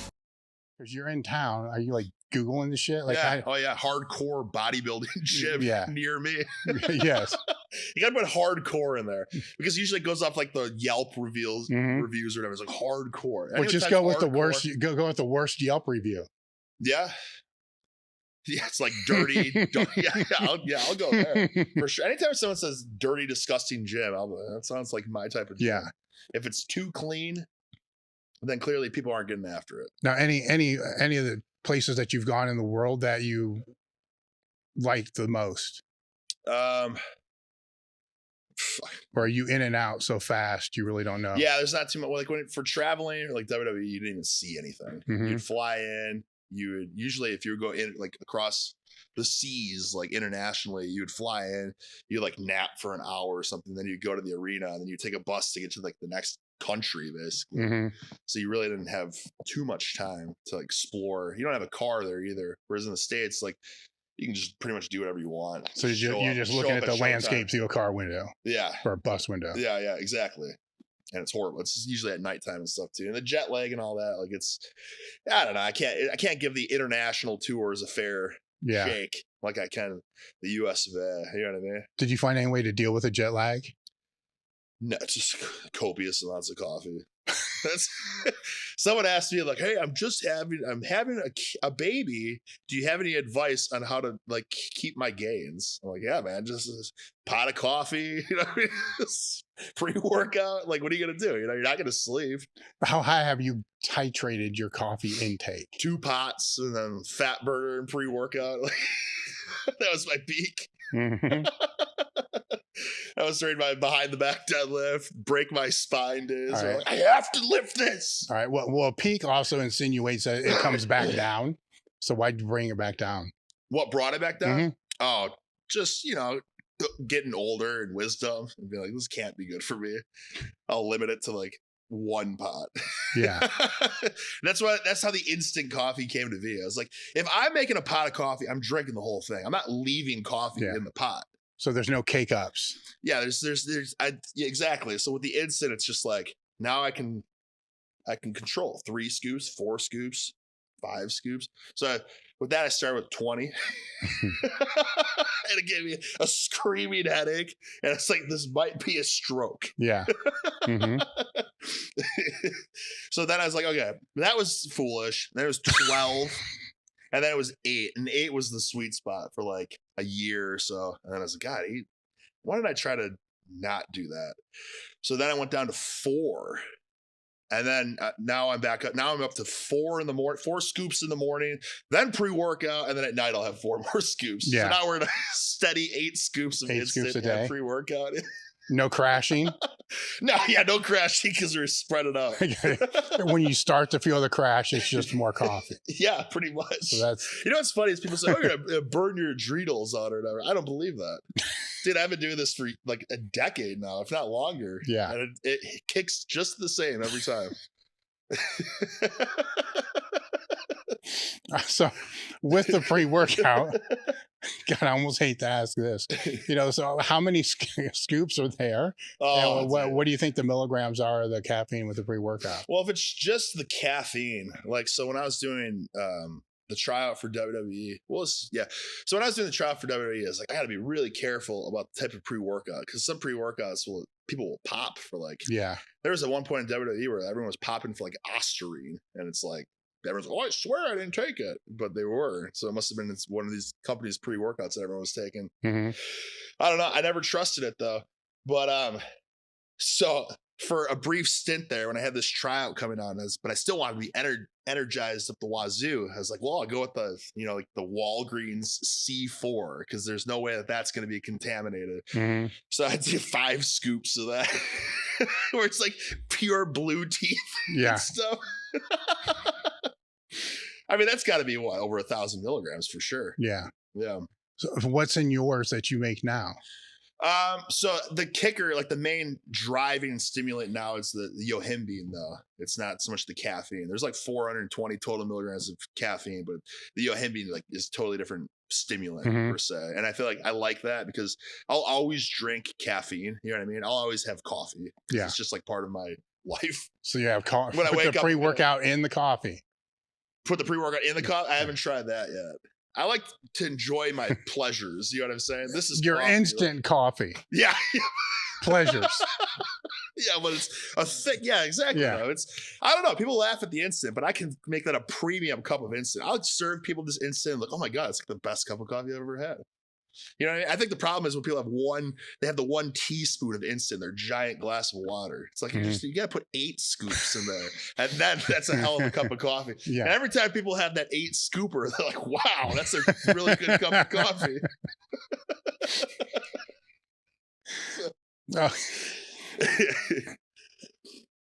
With your cameos that you do that, what are most of the requests? What's the most popular request? Oh man, that's great. It's always from the girls to the boyfriends or the husbands. So usually it's like, oh, my boyfriend's a bit of a pencil neck, telling me he needs to get his ass, like, work harder or something. Yeah. I love those. So what's that sound like? Oh, I'll just be like, say it's like John from Susie or like, hey, John, it's Eric Bugenhagen reporting in here. Unfortunately, I got word that Susie's claiming that you're a bit of a pencil neck. So then I'll take 10 minutes to explain like what he can do and you know what I mean, how he needs to get his ass in gear and how everybody respects girth and size. And so what do you tell him? What do you tell him to do? Drink 10 scoops of coffee? Sure. Yeah, behind the back deadlifts and eat a bunch of fucking bagels? Yeah, it works. Yeah, I'll lay out the structure. You know what I mean? Yeah. They're getting basically a personalized training program. Yeah. For the price of 1 cameo. It's better than any coach. I'm coaching them. Yeah. And how many of those do you do? I think I've done 200 now since I started doing that. So I got a pretty good amount. Yeah. So calling people out for being pencil necks, and then what's after that? Birthdays and stuff. Yeah. It's not a bad gig, man. Yeah. It's pretty good. Yeah. Pep talks. You know what I mean? Say they got like a competition coming up or something. You just got to remind them that, like, listen, you got 1 month till your competition. Now's the freaking time. Dig deep, okay? Go the extra mile. You're never going to look back and regret putting the extra freaking mile in. You know what I mean? Like sometimes, and I get it because I've been there and I've done it. And when you're tired and shit gets tough, it's easy to just call it a day, go home and think you're going to pick it up tomorrow. But it's harder to, stick around, do the extra 30 more minutes or whatever. You never regret doing that. You know what I mean? Is that the same stuff that you tell a high school kid if he's talking to you and he wants to try to make the wrestling team? For sure, yeah. In my opinion, more is always better. More is more. You're like, oh, less is more. Bullshit. More is more.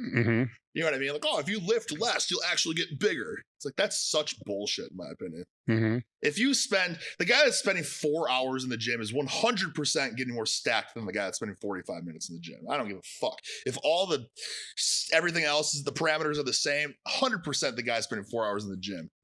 This Mike Mentzer phase right now going on through the internet, it's just ridiculous. It's for the fucking weak-minded people. Like, oh, I could train once every 7 days and get more jacked than if I train every day. That makes sense. Yeah. You know what I mean? Bullshit. That's just my opinion. Yeah. No, I get that, right? So it's dialing into the mindset. Yeah, exactly. Right? Which is kind of what you're known for. Yeah. It's this whole mindset thing. Yes. So how would you define mindset? So for me, kind of what I was always referring to is like, this stemmed from the same lift every single day. And you have to, and I think it worked really well because just the teensiest extra weight, like you have to believe that you're capable of doing it. If you can believe it, you're going to be able to do it. Like if there's any subconscious doubt, usually your body's kind of like, oh, let's hold on a second. Like anytime someone's going to bench, like, oh, like you're going to fucking fail. And if you don't, you're already way stronger than you thought. You know what I mean? Like if you think you might not get it and you get it, you're not pushing it hard enough. You know what I mean? You have to be towing the line of like, like this is going to make me anxious or whatever. But you know what I mean? I did 5 pounds less last time. I fucking 100% believe I can do this. And whatever you need to drink a pot of coffee, or you need to crank your favorite song, get the goosebumps going to do it. Like, so what's your go-to favorite song then? This Love, Pantera. It's not like it's my favorite song in the world, but every time it always does it. I don't know. It's probably just because it starts off slower and it's just an intense song, and it just has a kick-ass breakdown. And that's what I always got. You got to go off with the breakdown. If I didn't have music, I'd be half the man I am right now. I have to have the music.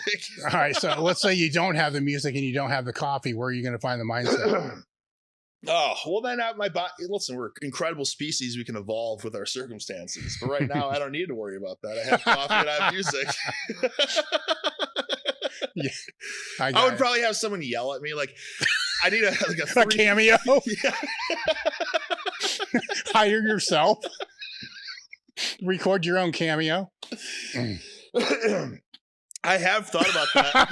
Not the cameo, but I have thought about recording myself, like doing a countdown. Yeah. Because like if you're all in and lifting at this particular moment, I think if there's any doubt, I think a lot of times, like when I was younger and didn't really know my body as well, like if I was going to deadlift or something, you know what I mean? You kind of do like, I don't know if I can do this, but do you know the people that like kind of like, yeah. Like just fucking, you know what I mean? Like take a moment and lift it. Stop like thinking about it. You know, like that's always like, no, I can't do it. Whereas it's just like 3, 2, 1, just fucking do it. Yeah. Well, you kind of know watching them, right? Like this shit ain't gonna happen. You know before it even leaves the ground, right? Yeah. You can see that. I mean, you can see it when somebody approaches a bench or somebody. I can see it when they squat as well. Yeah, yeah. You can see it in their eyes. Yeah, like $10, he gonna miss it. You know, you win every time. You can see the doubt flooding their eyes. Yeah, yeah. It's like, what the fuck are you doing? Step out, reset yourself, and get back in. You know, so it's kind of obvious with that. Yeah. How is your not warm up per se, but how has your buildup of these lifts changed as you've gotten older? That hasn't really changed. I always start empty bar. You know what I mean? All right. So it's always been slow. Always the same. Yeah. Even like a benching on an empty bar, then at 25, you know what I mean? Like people like, if I'm at a gym or something and they'll be doing whatever, they're like, oh, you want the plate on? I'm like, no, strip the plate. Empty bar, no matter how strong you are, empty bar. So empty bar until it feels right. Yeah. Within a quarter. Yeah, exactly. Exactly. Yeah. So you don't go up until it feels for sure. Right. Yeah.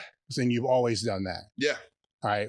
Well, when I was younger and didn't really know what I was doing with the plate, the Gold's Gym books and all that, I would just put like the weight that I thought was like going to be challenging for me, like right away. I'm like, God, why am I so fucking weak? Yeah. Like you're not warming up, you know? Yeah. Have you had any training injuries? No. Just the 2 bad knees. Well, actually, one time I like separated my AC joint because I had this idea that I was gonna, for some reason, I think it was for training purposes, like personal training, strength coaching purposes. Like I got to learn the Olympic lifts. So I did like the whole like USA weightlifting course and all that. It's like, oh, I'm going to learn how to do all this stuff. And I was like, what if I widen my grip for the clean? That way I can get it more like in the pocket of my hips as I pop into it. And I tried that and just like separated my hips. Oh, and I like had a dead, like numb arm that I couldn't use for like a month then. I was like, all right, I think I'm done with these lifts. Has there been any exercise variation, because you have creative variations, that you set up and you start working up on and you realize this is really a bad idea? Yeah, surely I have. Like incline press was 12 bands and chains. Oh, gee. Well, yeah, I'll tell you one. It's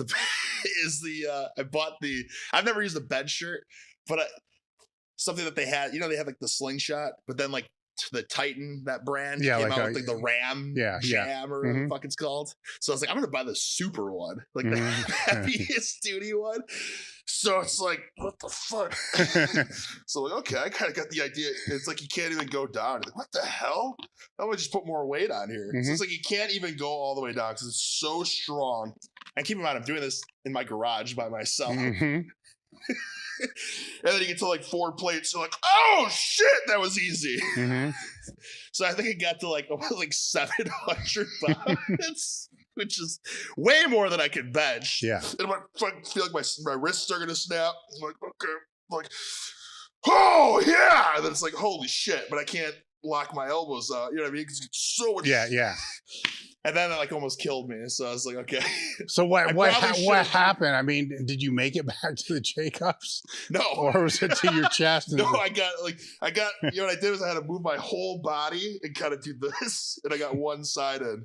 And then the other side, it just fell on like the safety catch. But yeah. I mean, I always use the pins just because. I mean, you know what I mean? Anything can happen. Like I've learned from this tendon going up that shit happens like that. There's no warning, like, hey, it's about to blow. It's just like gone. Yeah. So other things like that have happened, other lifts, catastrophes. Big. Let's reframe it. Big misses. Big misses. Oh man, I don't know. I've done so many balls to the wall, like dangerous lifts that I'm sure. I've had the. This is when I was younger, so I was way more resilient. But I was doing like the Fred Hatfield safety bar squat, but I would do like a lunge, like a reverse lunge with this like 745 or something. You know, just like way too much weight, like not necessary. And my like foot slid out. You know what I mean? And I kind of like pulled like a muscle, but like not like pulled muscles or whatever. You know what I mean? Tendons, totally different story. But shit like that, where it's just like, what am I doing? I also did like I was really into. This is probably like 10 years ago or something, like the cheat curls where there's 0 biceps. It's all just like the hip extension. Yeah, do those. So I did that with like 455 pounds. And then it just kind of eventually hit me. It's like, this is like literally setting myself up to tear a bicep. You know what I mean? It's a 400 pounds. You realize that. like not like 350. No biceps, just all hip extension, and then catch it with your biceps. Yeah, just the tendons catch it, and then you know I'd be so sore the next day, but it's like all tendon. Yeah. Do you do you have your wife do the same program that you do? I try. Yeah. How's that working out? Oh man, she's gotten strong for someone that doesn't really care that much about lifting. Like she's deadlifted 295 and she's like 120 pounds. She's got like a 265 pound squat. So like it's pretty good for someone that's not really like a power. She's just like just my wife. You know what I mean? Yeah. I think it works great. Right now though, this is a funny thing. If anyone needs some lessons, words of wisdom, I went back to this first program I ever started when I was 11, like the Arnold Encyclopedia of Modern Bodybuilding program. I'm like, let me give it a fair shot. Now that I know how to lift, let's just see. You know what I mean? Because before I was just like, whatever, bullshitting it, thinking I'm doing it right, I'm doing everything wrong. So I've been doing that now probably for like 2 months, and I'll tell you, I've gotten weaker and smaller. So that's the gains I've made so far. Maybe I've gotten a little leaner, but that's it. So I honestly think that the way I used to train is superior. Is your daughter involved in any sport? Yeah, she does dance. How old is she? 8. So she did gymnastics, and she's kind of focusing more on dance now. She dances like 5 hours a day. She's a specimen. I got to get her to lift weights.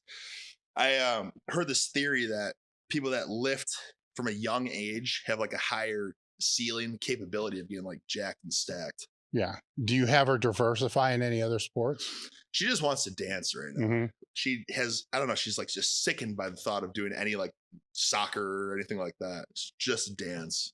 Yeah. But I mean, we're having like a private coach come over and make her do like flips and shit. Now, when you're in high school, did you play football too? No, I just focused on wrestling. All right. So all the sports you've been involved in were individual sports?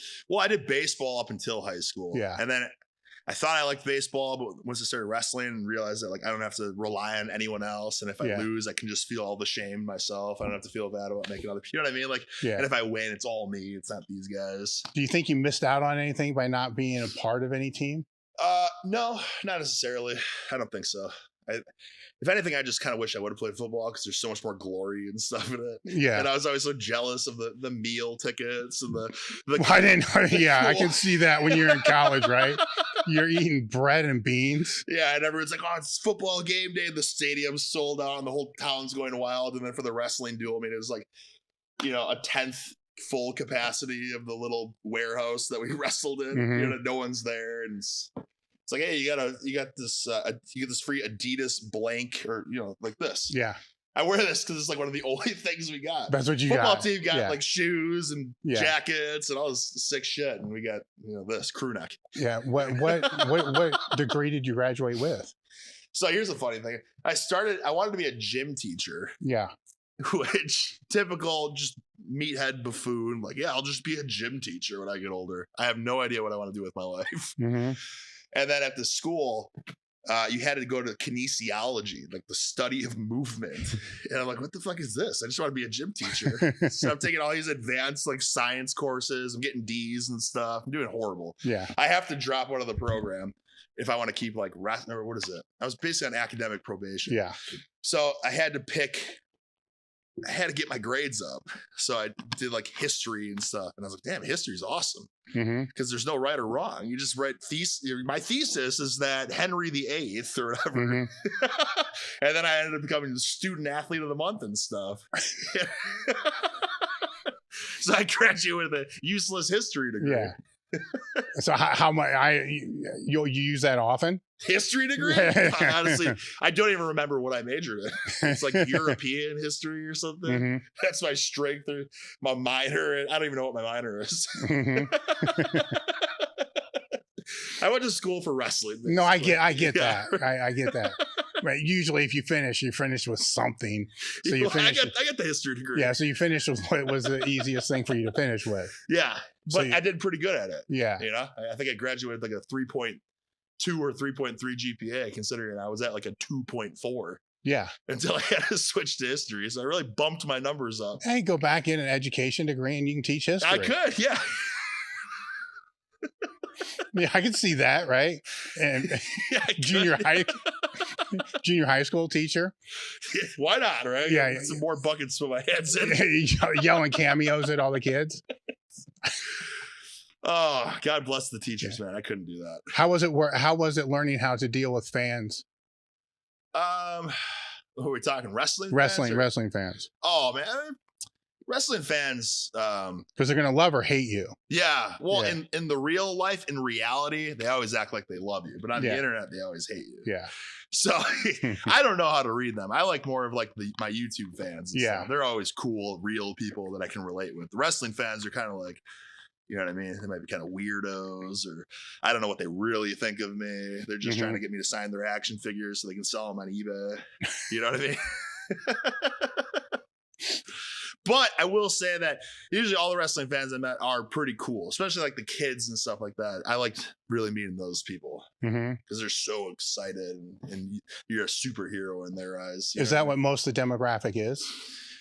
No, I don't think anymore. Still a lot of kid fan. Now it's a lot of wrestling's in a weird place right now where it's a lot of like middle-aged wrestling scientists. Like, oh, I want to see the specific movement of flips and kicks and you know what I mean?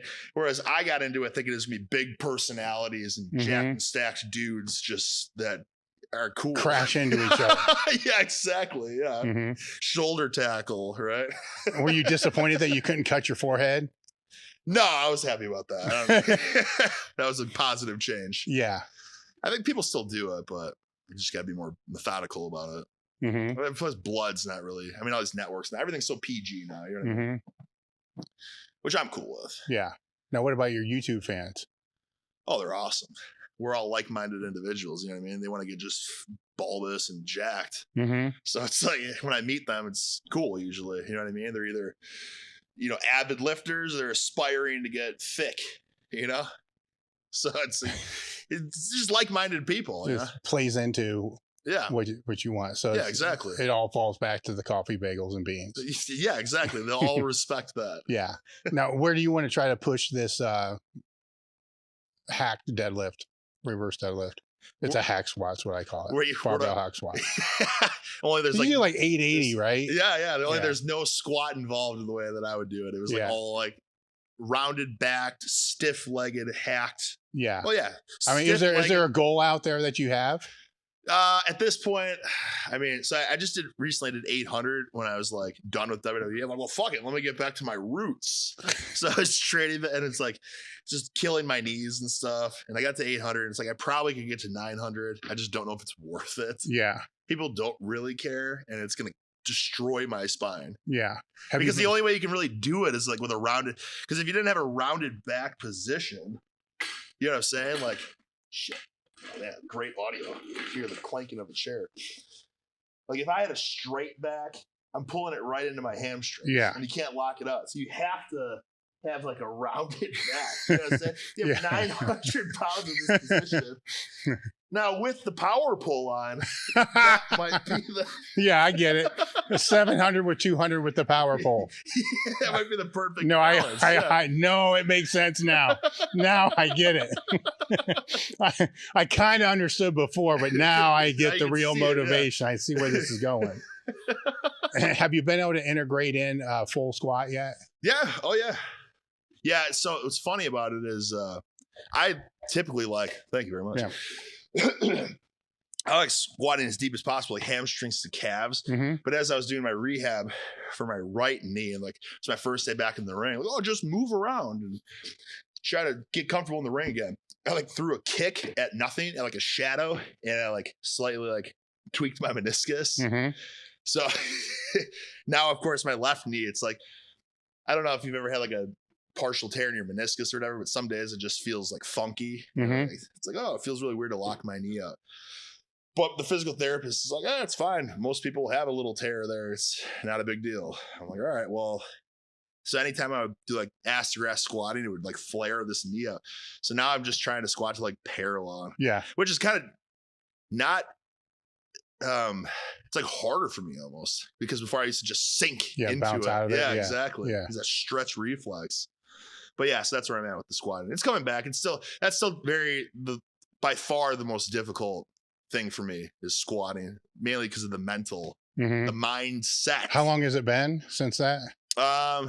It's going on almost 2 years. No, since the quad, a year and a half, 2 years. Yeah, about a year and a half. Yeah, about almost 2 years. Yeah, about 2 years. You should not give a fuck anymore. Yeah, we're almost there. Yeah. So at that 2 year point, that's on the day. Oh, the eye of the tiger. Yeah. Yeah, you just don't give a fuck. I think so. That's kind of my theory. Is that how it was with the other one? I think so. Yeah. Yeah. I feel like it was kind of always, especially because I was wrestling a lot more after this first one. And anytime I was in the ring, I had the big brace on, and just like it always just felt like shit. And then I specifically remember after about 2 years, I was like, I'm not going to wear the brace anymore. I don't even think about it anymore. That's where I want to get with this one. I don't think about it. Like yesterday, it was a travel day. I flew in here. Let's talk about yesterday, by the way. So anyways, we'll talk about everything. Yeah. So I flew in. You wake up. Yeah. Well, you have a pot of coffee. Yeah. I had that was a 4 scoop of instant before the plane. Yeah. I'm not a picky man, so I don't care about like luxury. You know, give me 8 scoops of instant coffee. I'm happy. Yeah. So I bought like the shittiest flight, Spirit Airlines. Like I'm jam packed in there. You know what I mean? Getting the knee arthritis up the wazoo because I can't stretch out at all. I land. I think about where should I work out? Okay. I have 5 gym memberships, but the only one I can use all worldwide or whatever is Crunch. So I go to Crunch. I'm like, let me just get some like squats and we'll see. And it just felt horrible. You know what I mean? I think traveling, like the swelling and all that just amplifies it. So I'm squatting 495. I feel like my knee's going to explode. I'm like, all right, I'm going to call that early. So that's the thing. Like I have so much pressure in there on certain days when I still squat that it just freaks me out. Yeah. Like, am I capable of a lot more? Probably. But like, it's just, once you blow out a tendon, I don't know. It's kind of hard to ever go in and attack the weights the same way. Because again, like I said, you have no idea what it's going to. So when you called it, what did you do after that?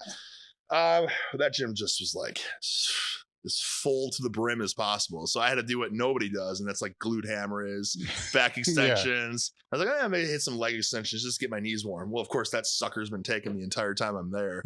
I'm 2 hours there. Also, there was a guy.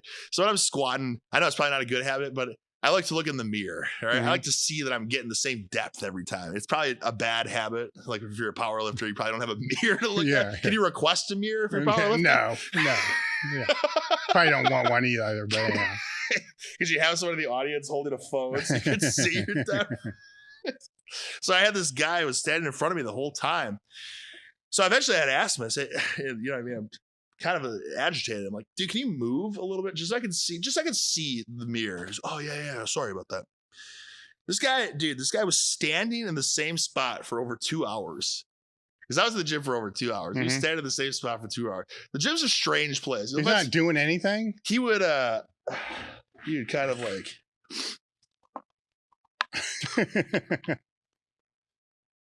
and then he would pick his dumbbells up and do the worst set of bent over rows you've ever seen. And then he would take a 10-minute break and I don't know, 2 hours, the same position. Yeah. So I had to say something after about 40 minutes when I was just squatting. I mean, just move a little bit. But then I had to do everything that wasn't taken. Once I'm finally calling it, the guy's still there. It's like kudos to him, living in the gym. But anyways, go home. You know, I buy 6 packs of bagels. I scarf these bagels down. I go to bed. I'm like, God, I got to get well rested for this podcast. I want to be on my A game. Siren goes off at 5 in the morning.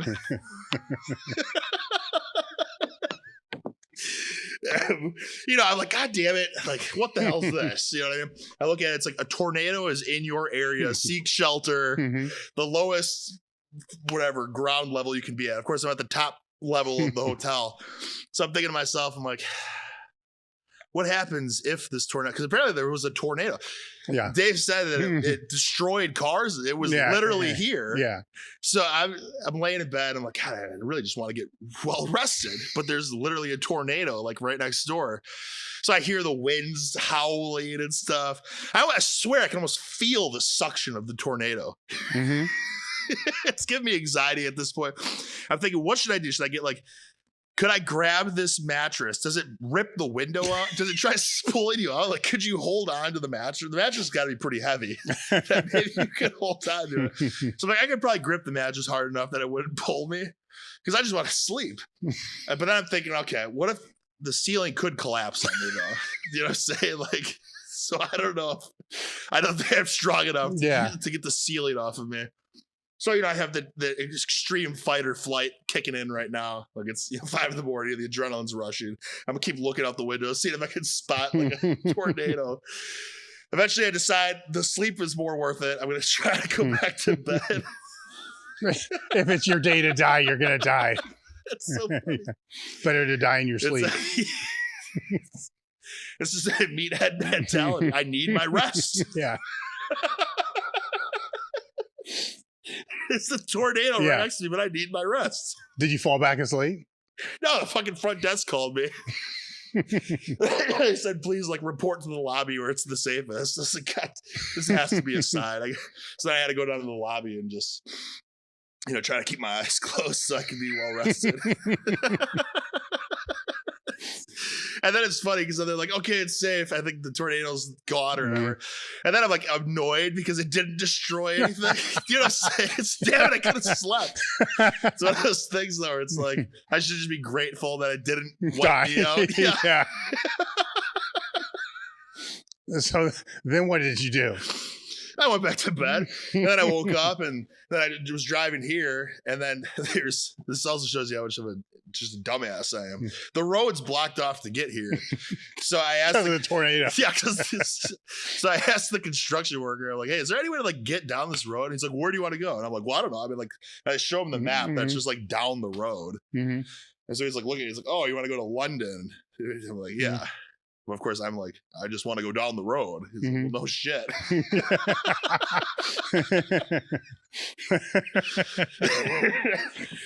Yeah, so I had to hop on, and here we are. Yeah.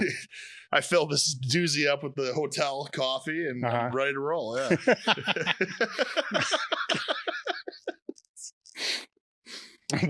what got me with that about 5:30, like when the sirens are all going off, right? Same thing, sirens are going off, but my power goes out, so my CPAP is now done. Oh, shit. So I'm laying there like, fuck. If I go back to sleep, Yeah, you might in die my in mind, your like, to me, it's like, if it's my time to die, it's my time to die. I don't really give a fuck. But I don't want to go back to sleep because then I may intentionally die because I don't have the CPAP. Yeah. So I'm like, fuck it, I guess I'm up. Oh, that woke you up for good? Yeah, I'm like, I'm up, I'm going to work. Oh, God. Driving into work. And then when I'm driving into work, it's before they start shutting shit down. Oh, okay, yeah, that's how you beat the So there's like power lines. I'm driving around power lines. There's sheet metal. So I'm like dodging all this sheet metal, and it's dark as hell out. Yeah. And I'm like, I think this thing hit somewhere. Oh, dude, maybe the tornado was still in effect. Huh? It was, I didn't see it. Oh. I mean, it wasn't windy anymore. I could have been in the eye of the tornado. I don't know. But it wasn't windy anymore. And there's a real small airport. And I look over, I'm like, that looks like it's fucked up. But I can't tell because I don't have my glasses on and it's dark. So as I'm driving down the road, I call my wife. I'm like, I think the tornado hit this because there's a couple cars in the ditch, but that's not abnormal, right? Yeah. And then there's the sheet metal. I'm like, well, maybe there's a reason for that. And then it just started to like all add up. Then I saw some tractor trailers on the side. Oh, God. And I'm like, are they really on the side? Or is it just a storage container? Because I can't decipher between it. Yeah. And so I'm telling her, when you wiped out. Yeah, when you drive in, get a better look. Because it looks like it may have hit over here, but I got here, my power was on. Oh, it all worked out. It worked. You might have died in your sleep if you tried going back to bed. I could have. So it's been an interesting day. That's such a meathead thing. The CPAP shut off. Well, I'm sitting there. I'm like, fuck. Do I want to get the battery backup thing I have? Yeah. Or I'm like, well, fuck, if I do that, then I'm going to really be awake. Yeah. Then I don't know if I'm going to fall back asleep again. I should like always have it plugged into like an emergency backup, which it's sitting right by the bed. It's just not plugged in. Yeah, I get it. It's there. You could just plug it in. It's there. It's to save your life if the power goes off. I don't want to move I don't want to move the nightstand, unplug it. So it's meathead shit. It's like, fuck it. I'm up now. You just drink more coffee. Yeah. And headache. Yep.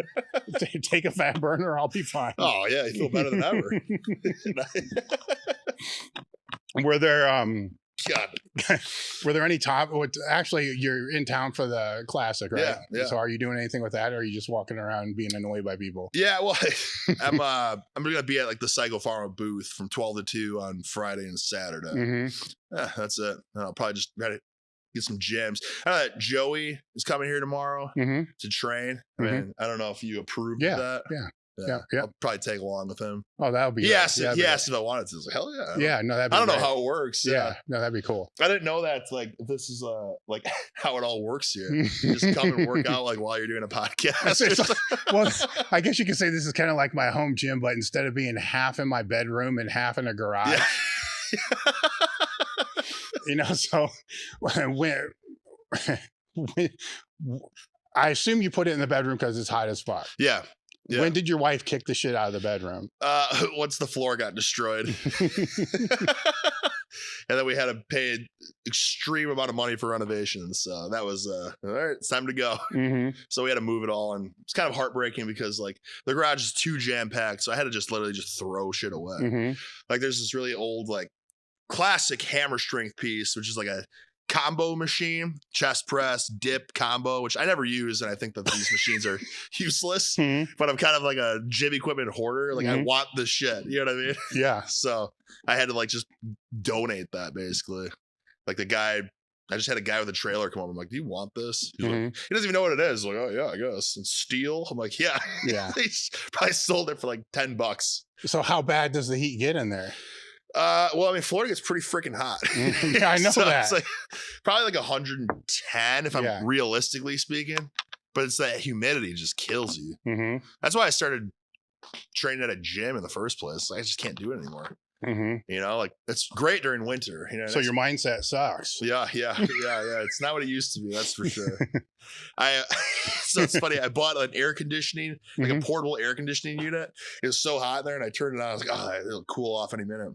And then it got hotter in there. And I realized you have to have a vent blowing the hot air outside. Yeah. There's one sitting over there. I basically bought a heater for the garage. Yeah, I found that out as well. It'll get hot in here. And when we were doing the podcast, people were just sweating like a motherfucker. So I need to turn the AC on and blow it it's out behind that fan over there. It didn't work. It could. I mean, it's very relatable stuff. Yeah, exactly. Yeah, I have nowhere in my garage to like shoot the hot air out. You know, there's no windows or anything. So I asked people, like, oh, you can cut a hole in the wall. I'm like, all right, I'm already out. I don't want to. That's way too much work. Yeah. I'm not going to dissect the garage. I'll just endure it. I find that when it gets so hot, and then your clothes you just eventually get like heat stroke and you start to feel cold. So, it just takes time, then you acclimate. Yeah. Once it gets so hot, you start to cool off. No, I get that. The chalk doesn't work real well in your hands either. It just becomes cake. Yeah. That's another very valuable tidbit I learned from the garage lift. You got to have multiple pairs of straps. Like if you're gonna use straps at all, because one pair is just slime, no grip. Any topics you wanted to go over I didn't bring up? Geez Louise. I know we had a pretty funny convo. I don't know, man. We might have covered it all. I can't remember what we were talking about at first. Dave was bringing some stuff up. I said, just hold it, man. This is too good of stuff. We got. Is that Eviction? Yeah, that's probably what it is. Yeah, you said you took 20 of the. I heard a story. I don't know if this is true, but it's somebody that was in the locker room with Ultimate Warrior. They said he took like 50 of them in one go. Which, I mean, I guess, did you ever get as psyched up as the Ultimate Warrior? No. So maybe that was the difference, maybe that's right? What it was, yeah. That was the difference. You just doubled your dose. Yeah.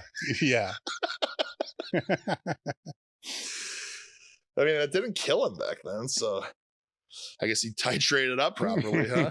Well, that would be the key, right? Yeah, started with 1, he went up to 50. They pulled it off the market because people were dying. So our conclusion was they didn't titrate up right.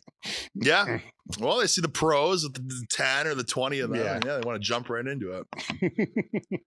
What's funny is I actually have a story about the I always call it ephedrine, but it's not. It's ephedrine, right? So by the time I really got a supplement junkie, I worked at GNC when I was like 20. And that's when I started getting deep in the supplements. Because like I started lifting when I was 11. So this is like, must have been like 99 or something when I started. It's like the only supplements I took back then, like when I was like 12, 13, 14, were like the amino syrup. You know what I mean? It just tasted like cough syrup. It's like, oh my God, just like the placebo effect so strong. It's like it wasn't the for first supplement you've ever taken. Yeah, it was gross as hell. Yeah. Well, it was so bad that like, damn, this stuff must work. Yeah. But I missed out on the ephedrine phase, obviously. The Jack 3D or whatever, like the 1,3-dimethyl was like the closest thing that I would have. But when I was in Canada 5 years ago, I was going to the supplement store. I was like, I need some pre-workout. I'm trying to get after it in the gym. And everything was another idiot meathead thing. Like the Canadian dollar is not the same as the US dollar. So like, prices are unbelievable. So I refused to buy any of the pre-workouts because they were all overpriced in my book. Looking back, it's because they're the Canadian money. But at the supplements, they like the ephedrine is like legal there. And it was like $5 or something for like 60 of them or whatever. So like, okay, I guess I'll just take this. So I typically, I had a shit ton of coffee and I like Googled it and like, how does this good dose or whatever? Yeah. You know what I mean? This is with like never taken it before. So I do the good dose right away and it's like instant panic attack and penis shrivels up beyond belief. I'm like, oh my God. Like, Did it work though? Yeah, but it was also like the kind of like an anxiety attack. Like, I don't know if it was energy or just like the fear of death motivated me to like move. Yeah. But yeah, it was good. Yeah, so it worked. I guess that's all that matters. Right? But I did not titrate. Yeah. That was I can't even remember what it was. It must have been, what did you say you were taking? Mini thins. Oh, like milligrams? Oh, I can't remember. Oh, that. yeah. Okay. So it's so far back. It's so far back, but it titrated up to a lot. Yeah. I just went off of Google, and then I asked the guy, like I asked like Juji Mufu. I remember texting him. I was like, "Hey, you used to take this. How much do you take?" Or whatever. And he told me, but he was taking it consistently. So, it's just, you know, well, the problem was when you didn't want it, when you wanted it to stop. Yeah, it didn't stop. Wired. Yeah, and then it's boom. You know, you crash it. So I try to figure out how can I crash faster. Oh, like after I'm done training, I don't want it anymore. Yeah. Like, how do I? You had a tidbit for that? You had a trick for that? This is Xanax, but no, not one that doesn't require a prescription. Okay. Gotcha. Yeah, stacking uppers and downers. Yeah, back then it really didn't matter that much because if I was bouncing that night, it just just played into it. Yeah. So no big deal. That's right. Yeah, that's what I was also a bouncer. That's such a typical thing. Yeah. How long did you do that for? Let's see. So I did that because a former wrestler was a manager at the bar, so he always just wanted to like recruit the wrestlers. So I think I did that like my second. I only did that for a couple of years. The lifestyle wasn't working out with the wrestling lifestyle. No, I wouldn't think so. You know what I mean? Yeah, you're surrounded by like drunk people, and you're just asking for trouble. And you're up till like 4 or 5 a.m. because the bar closes at 2, but then they got to count the tips, and then everyone gets their free drink or whatever. But of course, you have to drink it because like, I'm not going to turn a beer down. Yeah, it was good though. That's how I met my wife. Oh, really? She was a bartender and I was a bouncer. Yeah, so then it worked out. Match made in heaven. Yeah. How long you guys been together then? A long time. 17 years. So I'll tell you the story. Man, we're gonna go down the rabbit hole now. So this is really how we met. Like she was a bartender and I was a bouncer, but I was cutting a lot of weight for wrestling, so I would just get hammered. Like anytime I would drink, you know what I mean? It would hit me so hard. So it's always instant blackout. So how's this helping you cutting weight? It's not, but it just made it easier to get hammered. Yeah, instantly hammered. So I woke up in my landlord's closet with no pants on, and they kicked me out. I didn't have my pants. I didn't have my keys, so I couldn't get in my apartment room. So then, long story short, I couldn't get in. I ended up kind of like the security guard's door was unlocked. So I went in there, took his like skeleton key, got into my room. Next morning, like it was all on security footage or whatever. So I technically got like evicted. I didn't actually get evicted, which was really nice of them. They just kicked me out. And so I didn't have a place to live. So it was between living in my friend's closet. So it was the closet, which at the time it was because it was like a penthouse. Oh, sick. I'll live in the closet of a penthouse. It sounds great. Or my wife, she lived in a house with like 5 or 6 girls or whatever. And they had a roommate on the first floor that left because a guy tried breaking in with a knife, and the police determined that it was it was an aggressive, like, because the lights were on and stuff. So this guy was like literally trying to murder them. So he broke in with a knife or whatever, but they called the cops or whatever. They never caught the guy. So he's like literally like a serial killer tried breaking into their house. Well, me being a young Nan was just like, fuck it, I'll live there. She left because a serial killer broke in. Sure, I'll live there. Well, that provides them with somebody there in case they get. That's why they wanted a guy to live there. But for me, it's just like, sure. Yeah. Like, I'm so stupid. I didn't realize that like the serial killer might kill me. But it all, worked out. Yeah. So any marriage tips? Yeah, definitely do the lift with your loved one, I think. Maybe not. That causes a lot of tension too. Yeah, there's tip number 1 erased. It causes a lot of tension though, because a lot of times I'm really aggressive when I lift, Mhm. and my wife just can't. And she always, like fighting because she thinks I'm really intense, but I'm just intense. Yeah. I just had a pot of coffee and I'm trying to. So your tip is to train with your wife so you can fight. And I guess it gets it out then, right? Yeah, I guess so. Well, I don't know why that tip. I mean, I guess when you put it that way, yeah, it's not that great of a tip. I was gonna say, because you're doing this healthy activity together, and you're both feeling good and stuff. But when I think about it, it's like, well, I'm always intense. And we always end up arguing, so maybe it doesn't work. I don't know. I guess. Well, you've been through working, not working, and all that, and she supported you through all that, and probably vice versa. So yeah, exactly. It has been. Yeah, it's been a great relationship. Very supportive. Yeah. Yep. She's going to grad school to be a nurse practitioner. When I was doing like the phone sales, Mhm. and then she was a nurse when I quit that job, and then I was doing the training and like making no money doing that. And we moved to Florida. So she had to quit her job. Like I had to quit my job. We moved to Milwaukee first. She had to quit her job and moved to Florida for me. And then in development, the pay wasn't great. So then she had to get a job again. But then eventually I was just like, you know what, like money, like it's too stressful. Just like you just be at home and I'll just do my shit and just find ways to make more money. And it all kind of worked out. And it's just like, it's just very, it works very well. You know what I mean? There's no power struggle, and, we got very solid roles. We both respect each other's contribution to the household. You know what I mean? She does like a lot for our daughter and stuff. She takes our daughter to dance like 5 hours a day, and she knows that I have to like, it's just horsecock weights, in my free time. She totally gets it. She never tells me I have to take a day off. She understands that it's like family's in town or it's a birthday or something. It doesn't matter. Dad has to get after it. She respects what I need. I think that's the most important thing. And vice versa. Exactly. Vice versa. Or you wouldn't be together. Exactly. Yeah. It works. Yeah. Any final thoughts that you would have? Tips to the listeners? Anything?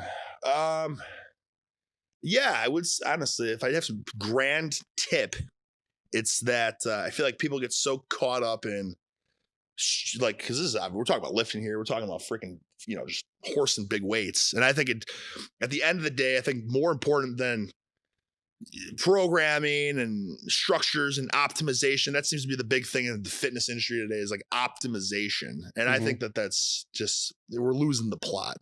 I think old school is just always going to be like just getting after it, just grinding, working hard. Doesn't matter what you do as long as you just fucking bring it. You know what I mean? So you can do the same lift every single day and you'll get bigger and stronger than the guy doing the optimal fucking half kneeling cable stack.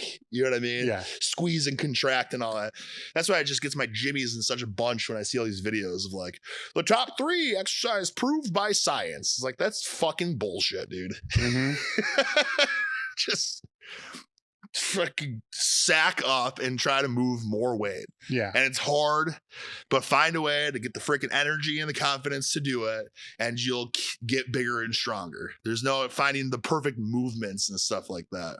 The movements or the programs or the tempos or the it's so there's gonna be a point where it's gonna go full circle. I guarantee it. And people are like, yeah, it was all pretty stupid. Now I will say, in terms of like injury prevention and stuff like that, then maybe like, slow and controlled and pauses and all that. Like, but I've done that. Like, I did that stuff when I was like first reading like the Charles Poliquin stuff, like back, like tempo training. Oh my God, it makes so much sense. The eccentric phase, you're stronger, so it makes sense to control it. And dude, I was so weak back then and made like no gains. And I didn't really start to actually get very strong until I just started like, let me just try moving more weight in these like difficult movements.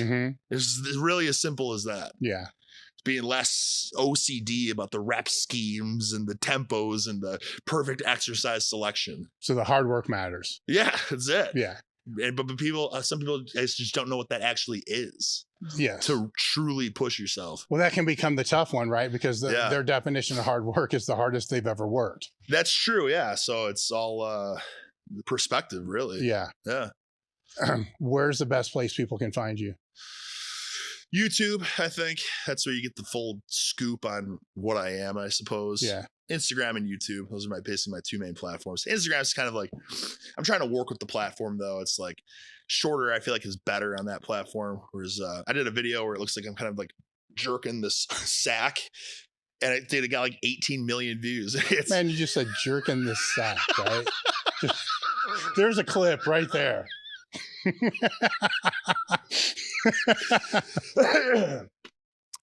But yeah, it's what it is. Yeah. There's nothing more to it. It's 4 seconds of jerking this. Yeah. So jerk this sack for 4 seconds, right? Then do it hard. Do it hard. Like really fucking hard. Because if you don't and you try to tempo it, the shit ain't gonna work. Exactly. All right, so shit. If they want a cameo, where do they go? Cameo. I don't know shit about them, right? So yeah, just Eric Bugenhagen. That's the name of the game and everything. Yeah. YouTube, Instagram, Cameo. All right, then your supplement company, Psychopharma. Yeah, co-owner of that. It's not overly heavily stemmed in terms of like all the dirty shit, the speed analogs and all that kind of stuff. But it's a good clean one that kicks my ass every time I take it, and that's why I've been taking it now since 2019. And like I said, I've been very finicky about what pre-workouts I take because I didn't want to pop on drug tests and stuff. I never popped on the drug test there. And I don't know, the 9 milligrams of the yohimbines with the caffeine and all, just it's a good energy. GABA, it's got GABA in it, which seems to work well synergistically. Anyways, that's my spiel on the pre-workout. Okay, there's your spiel. But anyways, I've been taking it long enough and the guys are cool. So I was like, fuck it, we'll team up. All right. I want to thank you for coming out. This has been an awesome time. Yeah, it's been a pleasure. It's been great, man. Thank you guys for watching, and we're done. Endured a tornado to get here. Meathead Health is a premium telehealth platform specializing in hormone optimization and preventative medicine. Are you looking to optimize your health in and out of the gym, improve recovery, sex drive, and quality of life? Have you tried speaking to your health professional about this and have gotten the cold shoulder, stereotyped, or just told it's part of getting older? You just go to meatheadhealth.com/table talk, and you can create your own lab, or you can take labs that we've had set up for them, which are based upon the same labs that I've been doing over the last 15 years. Or you can use their guided optimization. With this, they'll put you in touch with a patient care coordinator, which is actually pretty cool because you get to sit down and speak to somebody that can understand what you're looking for from hormone optimization and the preventative medicine standpoint. After that conversation, they'll determine which labs that you should and which tests you should have done. And then from there, get the labs done. They'll review those labs with you and put you in touch with one of their hormone optimization specialists that can determine which supplementation that you should use over the counter or prescription. meatheadhealth.com/table talk. The discount code is table talk. Today's episode is brought to you by Element, a tasty electrolyte drink mix with everything that you need and nothing that you don't. In other words, no sugar, no artificial coloring, no artificial ingredients, no gluten, no fillers, and no BS. With Element, I love the watermelon. The watermelon tastes freaking awesome. I drank 1 pack every day, no matter what. People that train out here, it's sitting out here for them all the time. The boxes don't last very long. Right now, Element is offering Table Talk listeners a free sample pack with any purchase. That's 8 single-serving packages free with any Element order. Get yours at drinkelement.com/table talk. The deal is only available through the link in the description. The other thing is if you don't like it, you can just give it away to a salty friend and Element will give you a 100% refund. No risk, money back guarantee. Head over to drinkelement.com/table talk. I think most of us would agree that getting a coach is a great step forward that an athlete can make to make greater progress. What if you had a whole bunch of coaches and a whole bunch of driven elite level athletes and like-minded people all in your corner trying to make you better? That's exactly what you're going to get with the Table Talk Discord crew. Would I join again? Absolutely. And I will continue to be a member of the Discord group as long as it's active. I've been a big fan of Table Talk over the last couple of years. It's one of my top podcasts that I listen to. So once Dave Tate announced that there would be a Discord crew, it was a no-brainer for me to join. It's been overwhelmingly positive experience. One of the biggest benefits of being in the Discord crew, form checks. I work out in my garage by myself. I don't have people to cue me, to correct me, to coach me, anything like that. So being able to hop on the Discord, post my videos, and having elite top-level powerlifters and coaches able to give me real-time feedback that, hey man, you need to tweak this, you need to work on this, do some more accessories here, has been a huge benefit. I've seen my progression as a lifter make jumps just because of that. There's so much info on the Discord group for the members, thousands of articles, tons of ebooks, and really the best thing about it, it's like you're back in the gym, you're busting other people's balls sometimes. At the same time, you're getting really good information. It's been a blessing for me this last year, and I really recommend it.